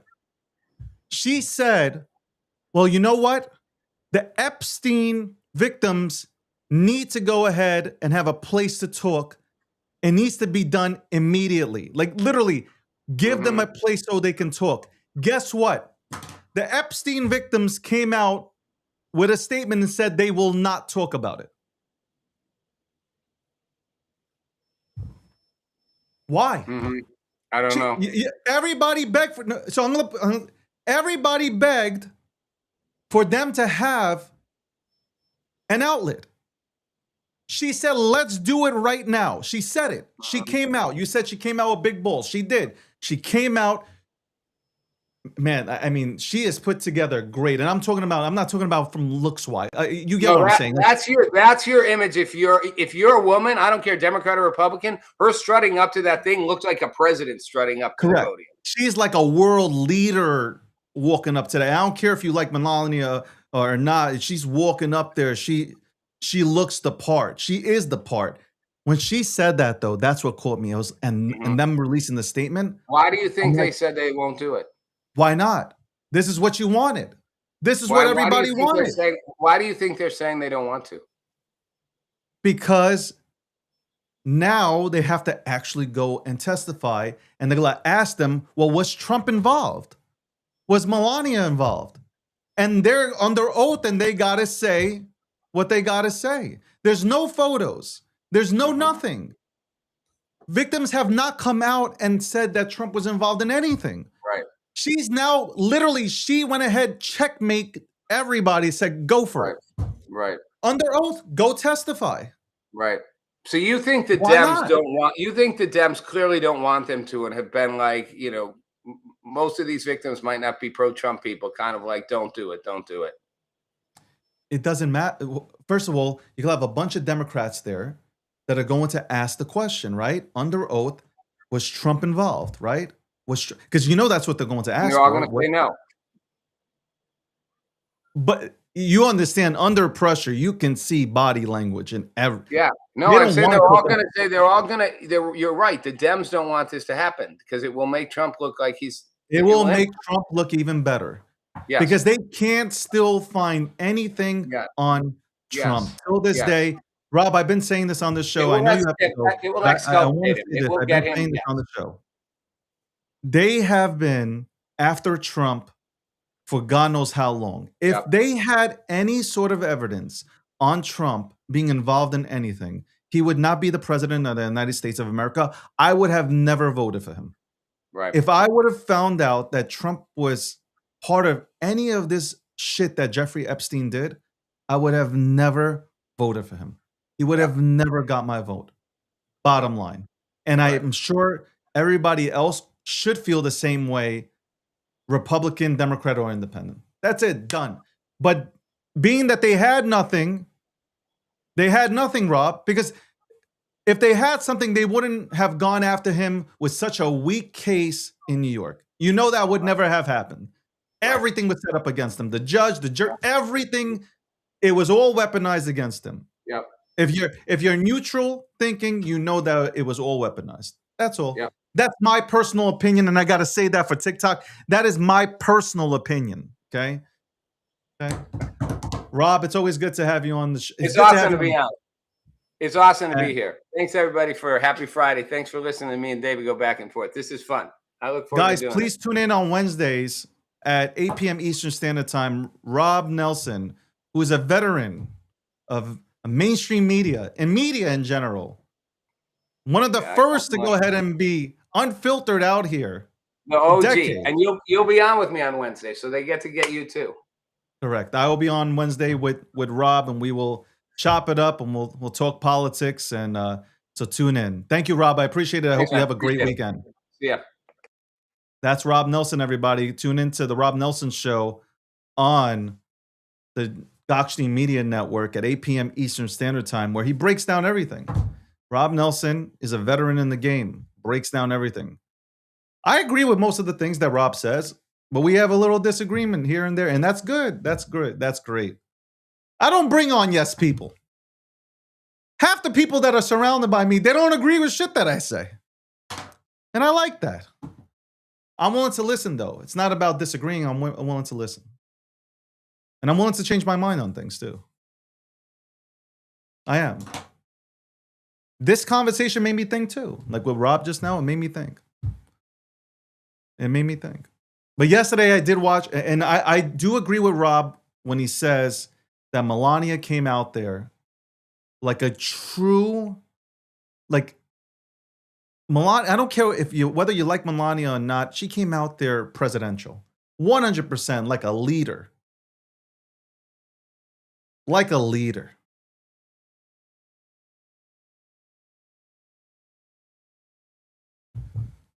Like a leader. Welcome to the Breakdown, episode 699. It is 2:08 p.m. Eastern Standard Time. I want to thank everybody for joining in. I am thankful to be back on TikTok. Shout out to everybody on TikTok that has come back and joined me and joined this show. Thank you so much. I appreciate it, especially the moderators Thank you, Tech. Thank you, Fran, for moderating the chat as always. And thank you guys for showing up every single day for me here. We talked about X with Landy, how X is, I don't know what direction X is going in, but as advice to all the new people that are making content, I would tell you, man, you got to multi-stream. You got to multi-stream and just deliver good content and give good value to the people, and they'll tune in. They'll find you. But don't do it too late. Don't start doing that too late. Don't make the transitions too late. I'm telling you right now, I get more action on Instagram. I get more action definitely on TikTok now than I did or that I do on X, which is, it's sad because I built my home base on X. I really did. People still tune in, but you know, I don't know. I think every other chat is more active than, but that could be a me problem too, because I don't know if those settings are on. That can be a me problem. I have no idea. We'll be right back after this commercial break from Midnight, the title sponsor. We'll have Charles on hopefully next week or the week after. What first got you excited about blockchains? Think about it. Oh, wait. I bet it wasn't multi-million-dollar hacks, exposed data, or finding somewhere safe to store your seed phrase. Was it? Maybe it was the idea of decentralizing a broken financial system. Maybe it was imagining a world where people own their own data and get to sharing the value it creates. Or maybe it was the promise of a fundamentally better way of connecting, communicating, and transacting. The next phase of the internet that empowers us instead of exploiting us. So why hasn't that happened yet? Why are we still living with the same broken system that blockchains promise to fix? It's because blockchains can't keep a secret. Enabling open, transparent systems was only the first half of the challenge. For blockchains to really change the world, they also have to be able to protect our sensitive data when it matters. And that's where we build Midnight, to bring down the final barrier to mass adoption and unlock the full potential of the decentralized web. Let's build the internet we deserve, together. Ladies and gentlemen, we all know this in crypto. Ownership matters.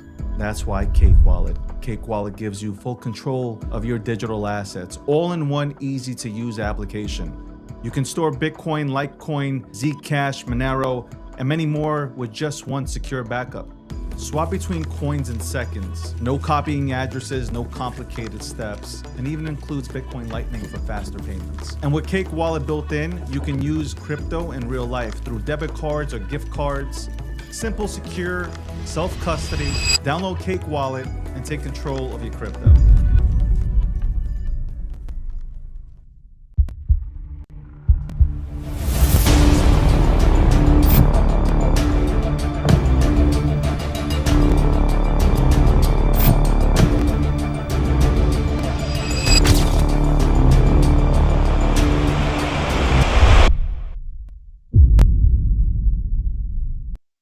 Welcome back to the breakdown, episode 699, 700 on Monday. I might be butt ass naked in my birthday suit. I don't know. We shall see. Or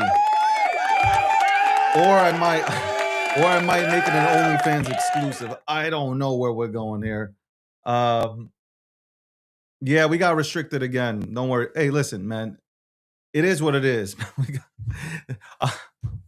I can't. I must have said something. I gotta play back the tapes and figure out what am I saying on TikTok that is causing people to get butthurt. Like I really have to go ahead and play back the tapes on that. But welcome to everybody who's tuned in. Appreciate all you guys that tune in every single day to the show. Obviously, Fridays are more of the recap, along with anything that's breaking. I wanted to say something. Oh yeah, I posted a picture of myself yesterday. I might post it. Should I post this picture on X? I should post it up on X. I don't know. I'm thinking of posting it up on X. I might post it up on X. Should I show it? Hold on, let me ask you a question. I got two things to ask. One, should I do a give? I used to do Bitcoin giveaways. For 7 years, I did Bitcoin giveaways. I gave away Bitcoin, whether it's $50 in Bitcoin, $100 in Bitcoin, $25 in Bitcoin, even Ethereum. Am I allowed to do giveaways on TikTok and X? Can somebody tell me if I can do giveaways? Because I don't know the new rules for Twitter. I'm actually scared. But can I do these giveaways or no? I can do these giveaways? So I can do $50, $25 Bitcoin giveaways. Look at this, one full Bitcoin. Like, yeah, okay. You know, I probably gave away over 20 to 30 Bitcoin in that span. So 20 to 30 Bitcoin was given away. Besides that, forget about the Ethereum. Ethereum was hella cheap, so I've gave away a lot of Bitcoin and Ethereum. Wow, God, fuck, damn. In that time, I have really given away a lot.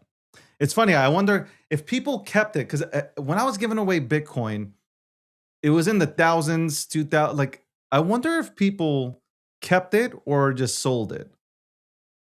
And with Ethereum, it was dead cheap, $24. Probably I started giving it away at $24, $30, $40. I wonder if people kept Ethereum. I wonder if they kept it. I really wonder if people kept it. Wow. I should look back on that. I should have my AI agents analyze how much I totally get. I think it's anywhere from 20 to 30 Bitcoin, 100%, and anywhere a lot of Ethereum. 100% a lot of Ethereum. A lot. All right. So that I want to know, I need to find out if I can do giveaways. If I can do giveaways, I'll do a giveaway every single week. Because I'm not going to do it every program, right? That wouldn't make sense doing it every program. I could give away like $25 in Bitcoin every single day, but I mean, what's $25 in Bitcoin? Which, I mean, if it hits $1 million, it makes sense. It does make sense, but I got to find out. Yes, you can do giveaways on TikTok. Let me find out if I can do giveaways on all the other sites that I'm streaming on. I don't want to go ahead and fuck with the fuck with the TOS and shit like that. So terms of services for those who don't understand. All right, what else did I want to say? There was something else that I wanted to say. I wanted to say something else. Fuck. What else did I want to say? I wanted to say something smart. Oh, okay. So if the fitness people on here show off their abs and their triceps and all that, can't I do the same thing on TikTok?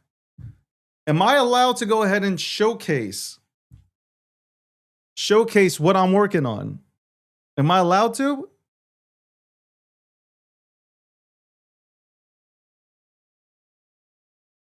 Let's see. Somebody got to tell me. I can do it here. Fuck. All right. Then I can't do it. You know, I'm sad because Tesla, I was going to get a Tesla Plaid Model S. And I thought and I think are the worst things that you can ever fucking say. Yes, but it doesn't. No, like I'm not naked and I'm not. Okay. All right, hold on. It's a workout picture, man.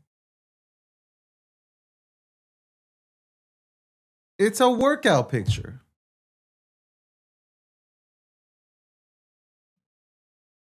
I need some, like, I can't believe this, man. Is it that bad that you can't really showcase everything that you're working on? You can if you give us a 2-minute warning. Oh, this guy. Quick workout never hurt anyone. All right, so can I show it or not? Do you guys want to see it or not?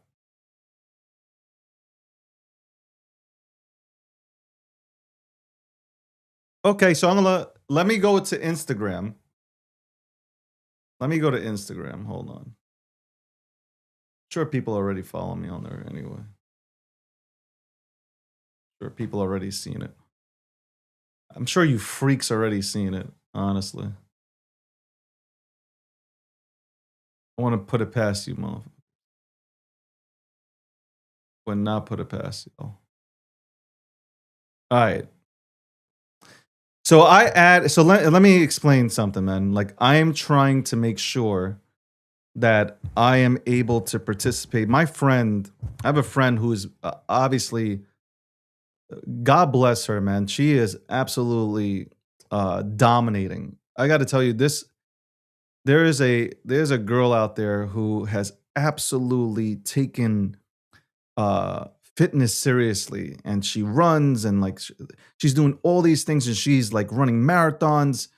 And I wish she would. I got to bring her on here so she can go ahead and tell her story, because her story is epic, bro. It is an epic story. It is a true comeback story, and like I've wanted to like run marathons, and she kind of like put it out there and dared me in that sense. So. Okay, but it's not just the marathon, it's the Ironman.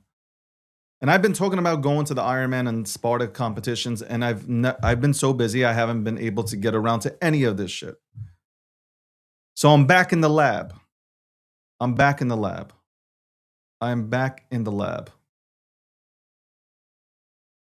Okay.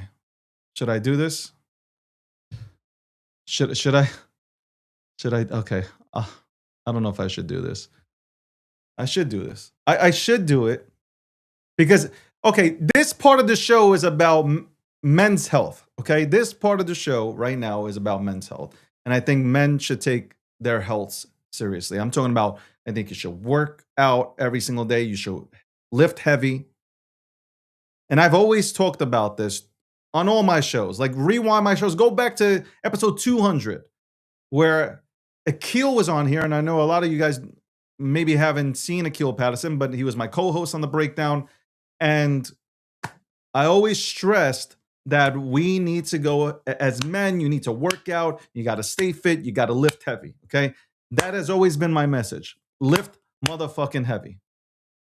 So, and I came on to stretch. Yeah, I guess stretch, whatever. Okay, let's go ahead and showcase this.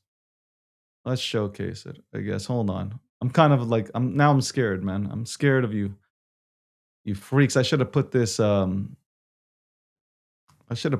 or something. I don't know, man. Fuck. How do you? Damn, man. Should I do it? I don't know if I'm gonna hold on, man. Hold on. Men's fitness. This is all I'm talking about. Men's health, men's fitness. Okay, here we go. And I got, hold on, let's see. April, May, June, July. So I got 4 more months to make sure that I'm in hella shape for this event. But if I'm not, I can't do it. Okay. TikTok. And TikTok, TikTok. Okay. All right. I'm kind of, okay. All right. All right, don't get scared. All right, yesterday I posted this up. I posted that picture up yesterday. That's after my workout that I did. Right after the workout, I was like, you know what? Let me go ahead and flex. But for myself too, I want to take pictures and see, like, what do I need to work on? Not much. I'll get more cut up. Okay. I'll get more cut up. I added 5 pounds here. So, like, if you see, there's another picture that I took like this, which was from a couple of months ago. Let me put myself in the frame. That is what you call that. You see, that right there is what you call definition.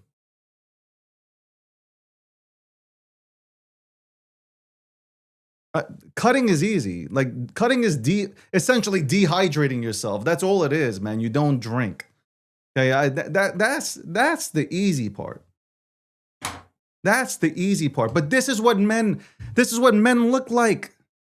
This is what real men look like. Okay, I want to showcase this to you. This is what real men look like. That's me. That's what real men look like. Okay. That doing push-ups during the show. Okay, that's what real men fucking look like. No, I'm not gonna do that. I'm not gonna do that. I'm just fucking around. I'm kidding. I'm not gonna do. But yeah, that's and I'm not. I just so TikTok knows, I have my sports shorts on. Okay, so it's just the top. I don't want to hear anything. Okay, but that's it.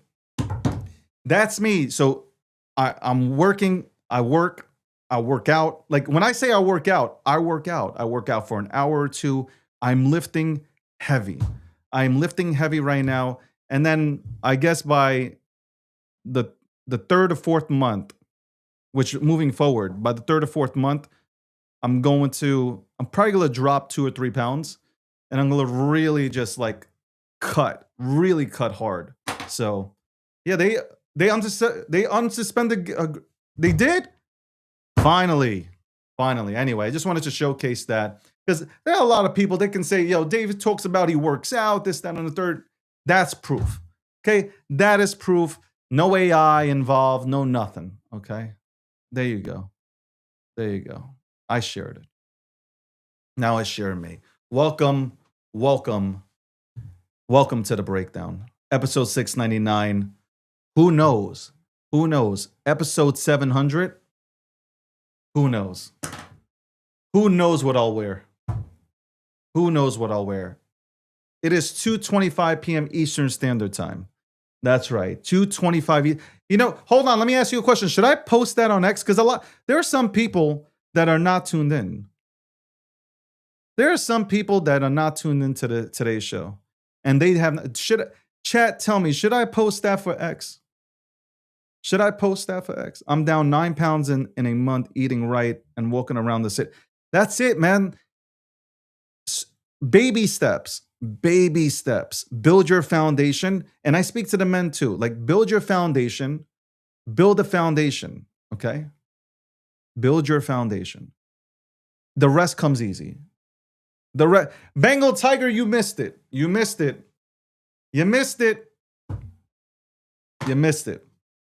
I'm telling you, man.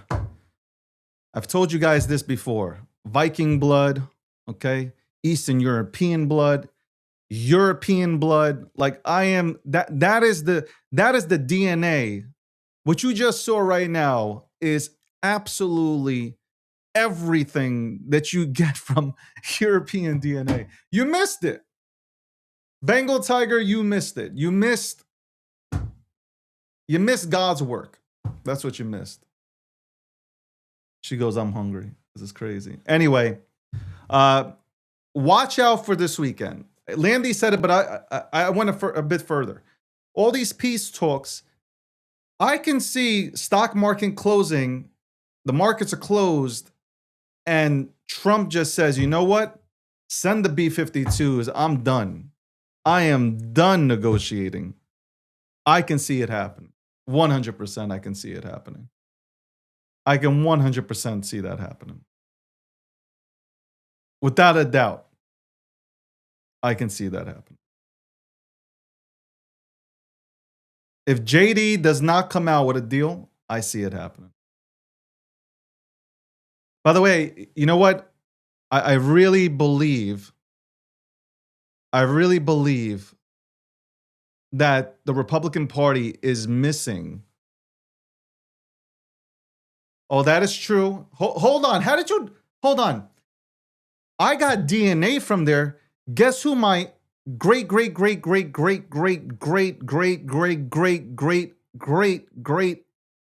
is?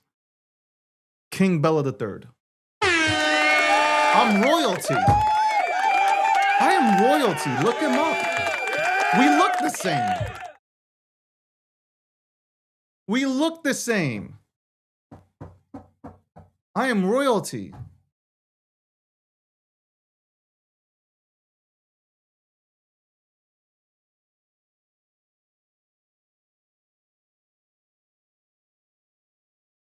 I am royalty.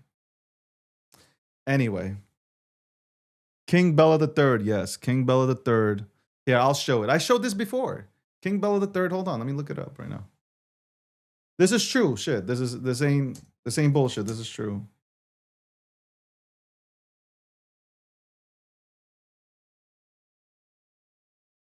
Hold on. King Bella III.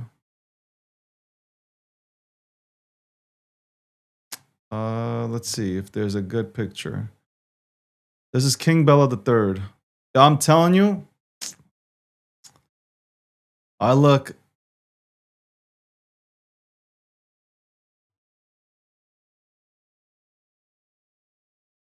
Like you can see this similarities here, man. And this is 100% facts. Here. Let me pull up. Let me pull this up. There you go. Hold on. Let me get myself out the screen. That is my relative. That is literally my relative. King Bella III.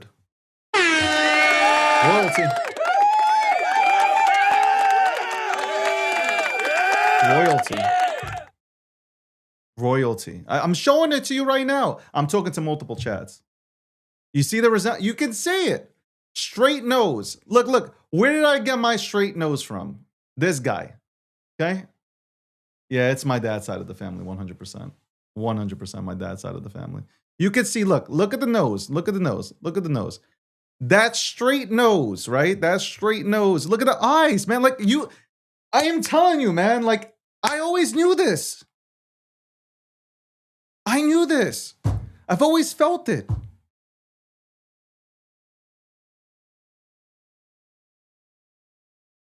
He kind of looks like my dad and shit, man. That's kind of scary. That's kind of scary.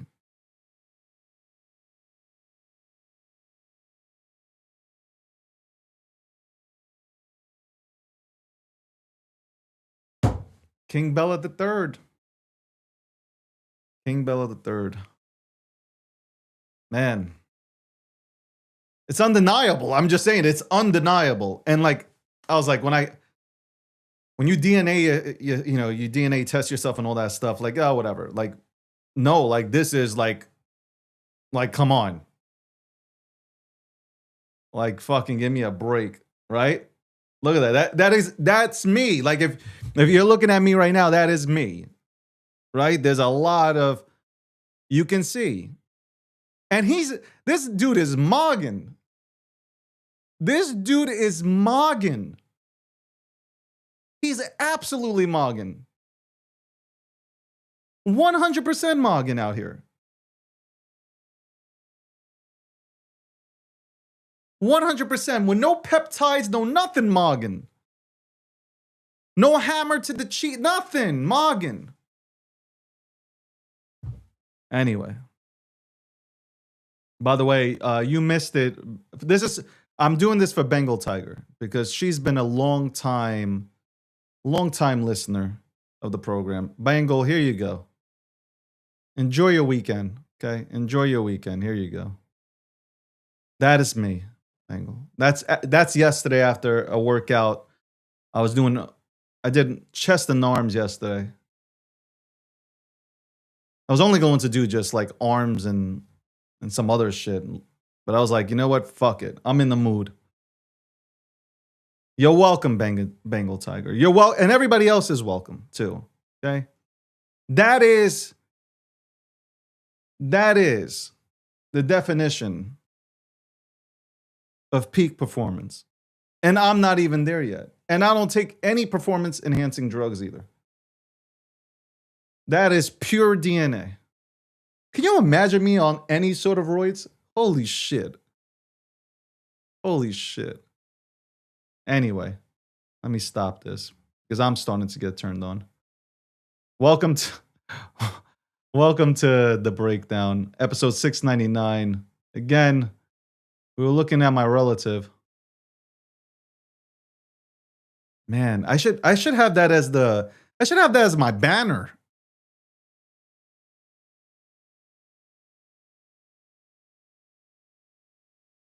I should have that as my banner. That should be my new banner. I'm not talking about me where I'm flexing right now. I'm talking about that should be my new banner. Like, hey, like I should be proud that I come from a line of kings. Let's think about that. I come from a line of kings.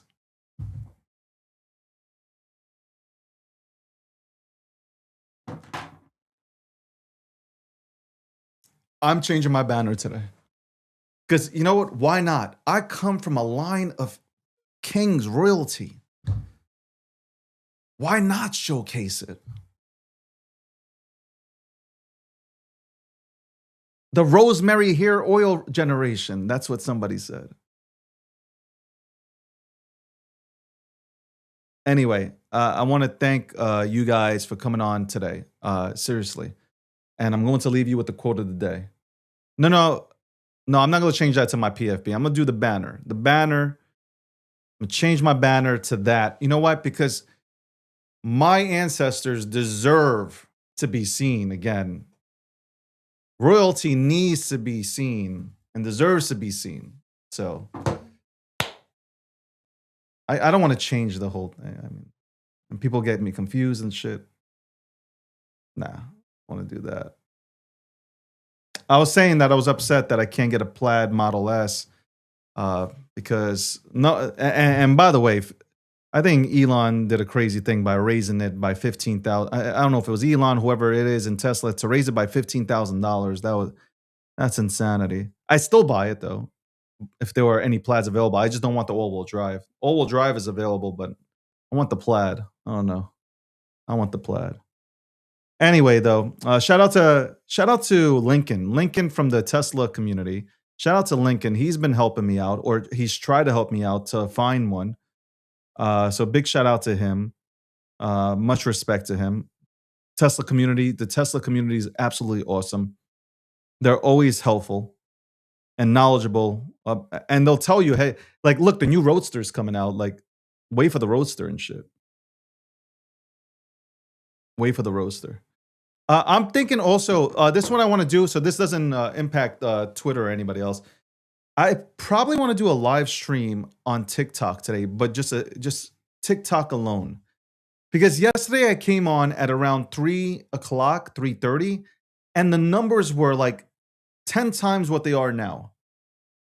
So that, like, I want to see, is TikTok all about the time zone? Like, I need to figure out if TikTok is primarily about the time zone, and if it's somewhere in the afternoon where people do tune into all these lives that are on TikTok. So we'll go ahead and we'll probably do that today. Anyway, I want to thank everybody for tuning in. I really appreciate you taking out the time, 2 hours of your time to come on here, 2.5 hours of your time to come on here. I will see you on Monday, episode 700, sponsored by Midnight. Also, Polymarket, the official prediction market sponsor of the DG brand and the breakdown. Cake Wallet, the most secure wallet that you can possibly get yourself into in this space. And check out CakePay. CakePay on check the you guys. I'm going to do an episode where I'm breaking down all the sponsor stuff and People's Reserve. Shout out to the People's Reserve. Using Bitcoin as collateral. You'll see CJ. CJ will be talking at the Bitcoin Conference 2026. Go check out CJ. Go check out People's Reserve and what they're doing. peoplesreserve.com. Go check them out. Same thing with Polymarket. If you want to get the pulse of what's happening in the world today, go to polymarket.com. Go check that out. You only have to do anything. Just go check it out. And Cake Wallet, cakewallet.com. Also check out CakePay. Learn about that. Will I have to use crypto? At some point, we're going to have to use crypto. What do you mean? Who's here? I don't see anybody here. Anyway, let me leave you with the quote of the day. Quote of the day. I can't do the music anymore because remember yesterday I said YouTube never goes ahead and gives me a warning. Well, they did. So No more music. Got no more music being played on this channel. I got like seven warnings from YouTube. It was wild. I've never seen that before. Let's see. Quote of the day. All right, here we go. Quote of the day. Are you ready? Thank you very much, Bengal Tiger. Quote of the day. Life is strange. You arrive with nothing, spend your whole life chasing everything, and still leave with nothing. Make sure your soul gains more than your hands.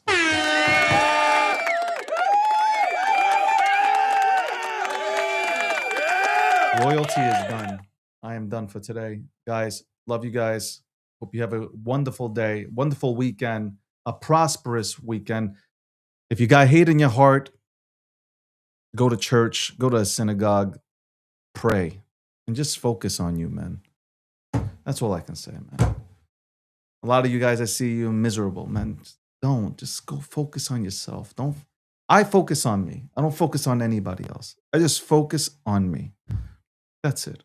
And there's nothing selfish about that act. It's just like you focus on yourself. And if you got nothing good to say, you don't say it. That's it. That's it. Anyway, on that note, I'm out.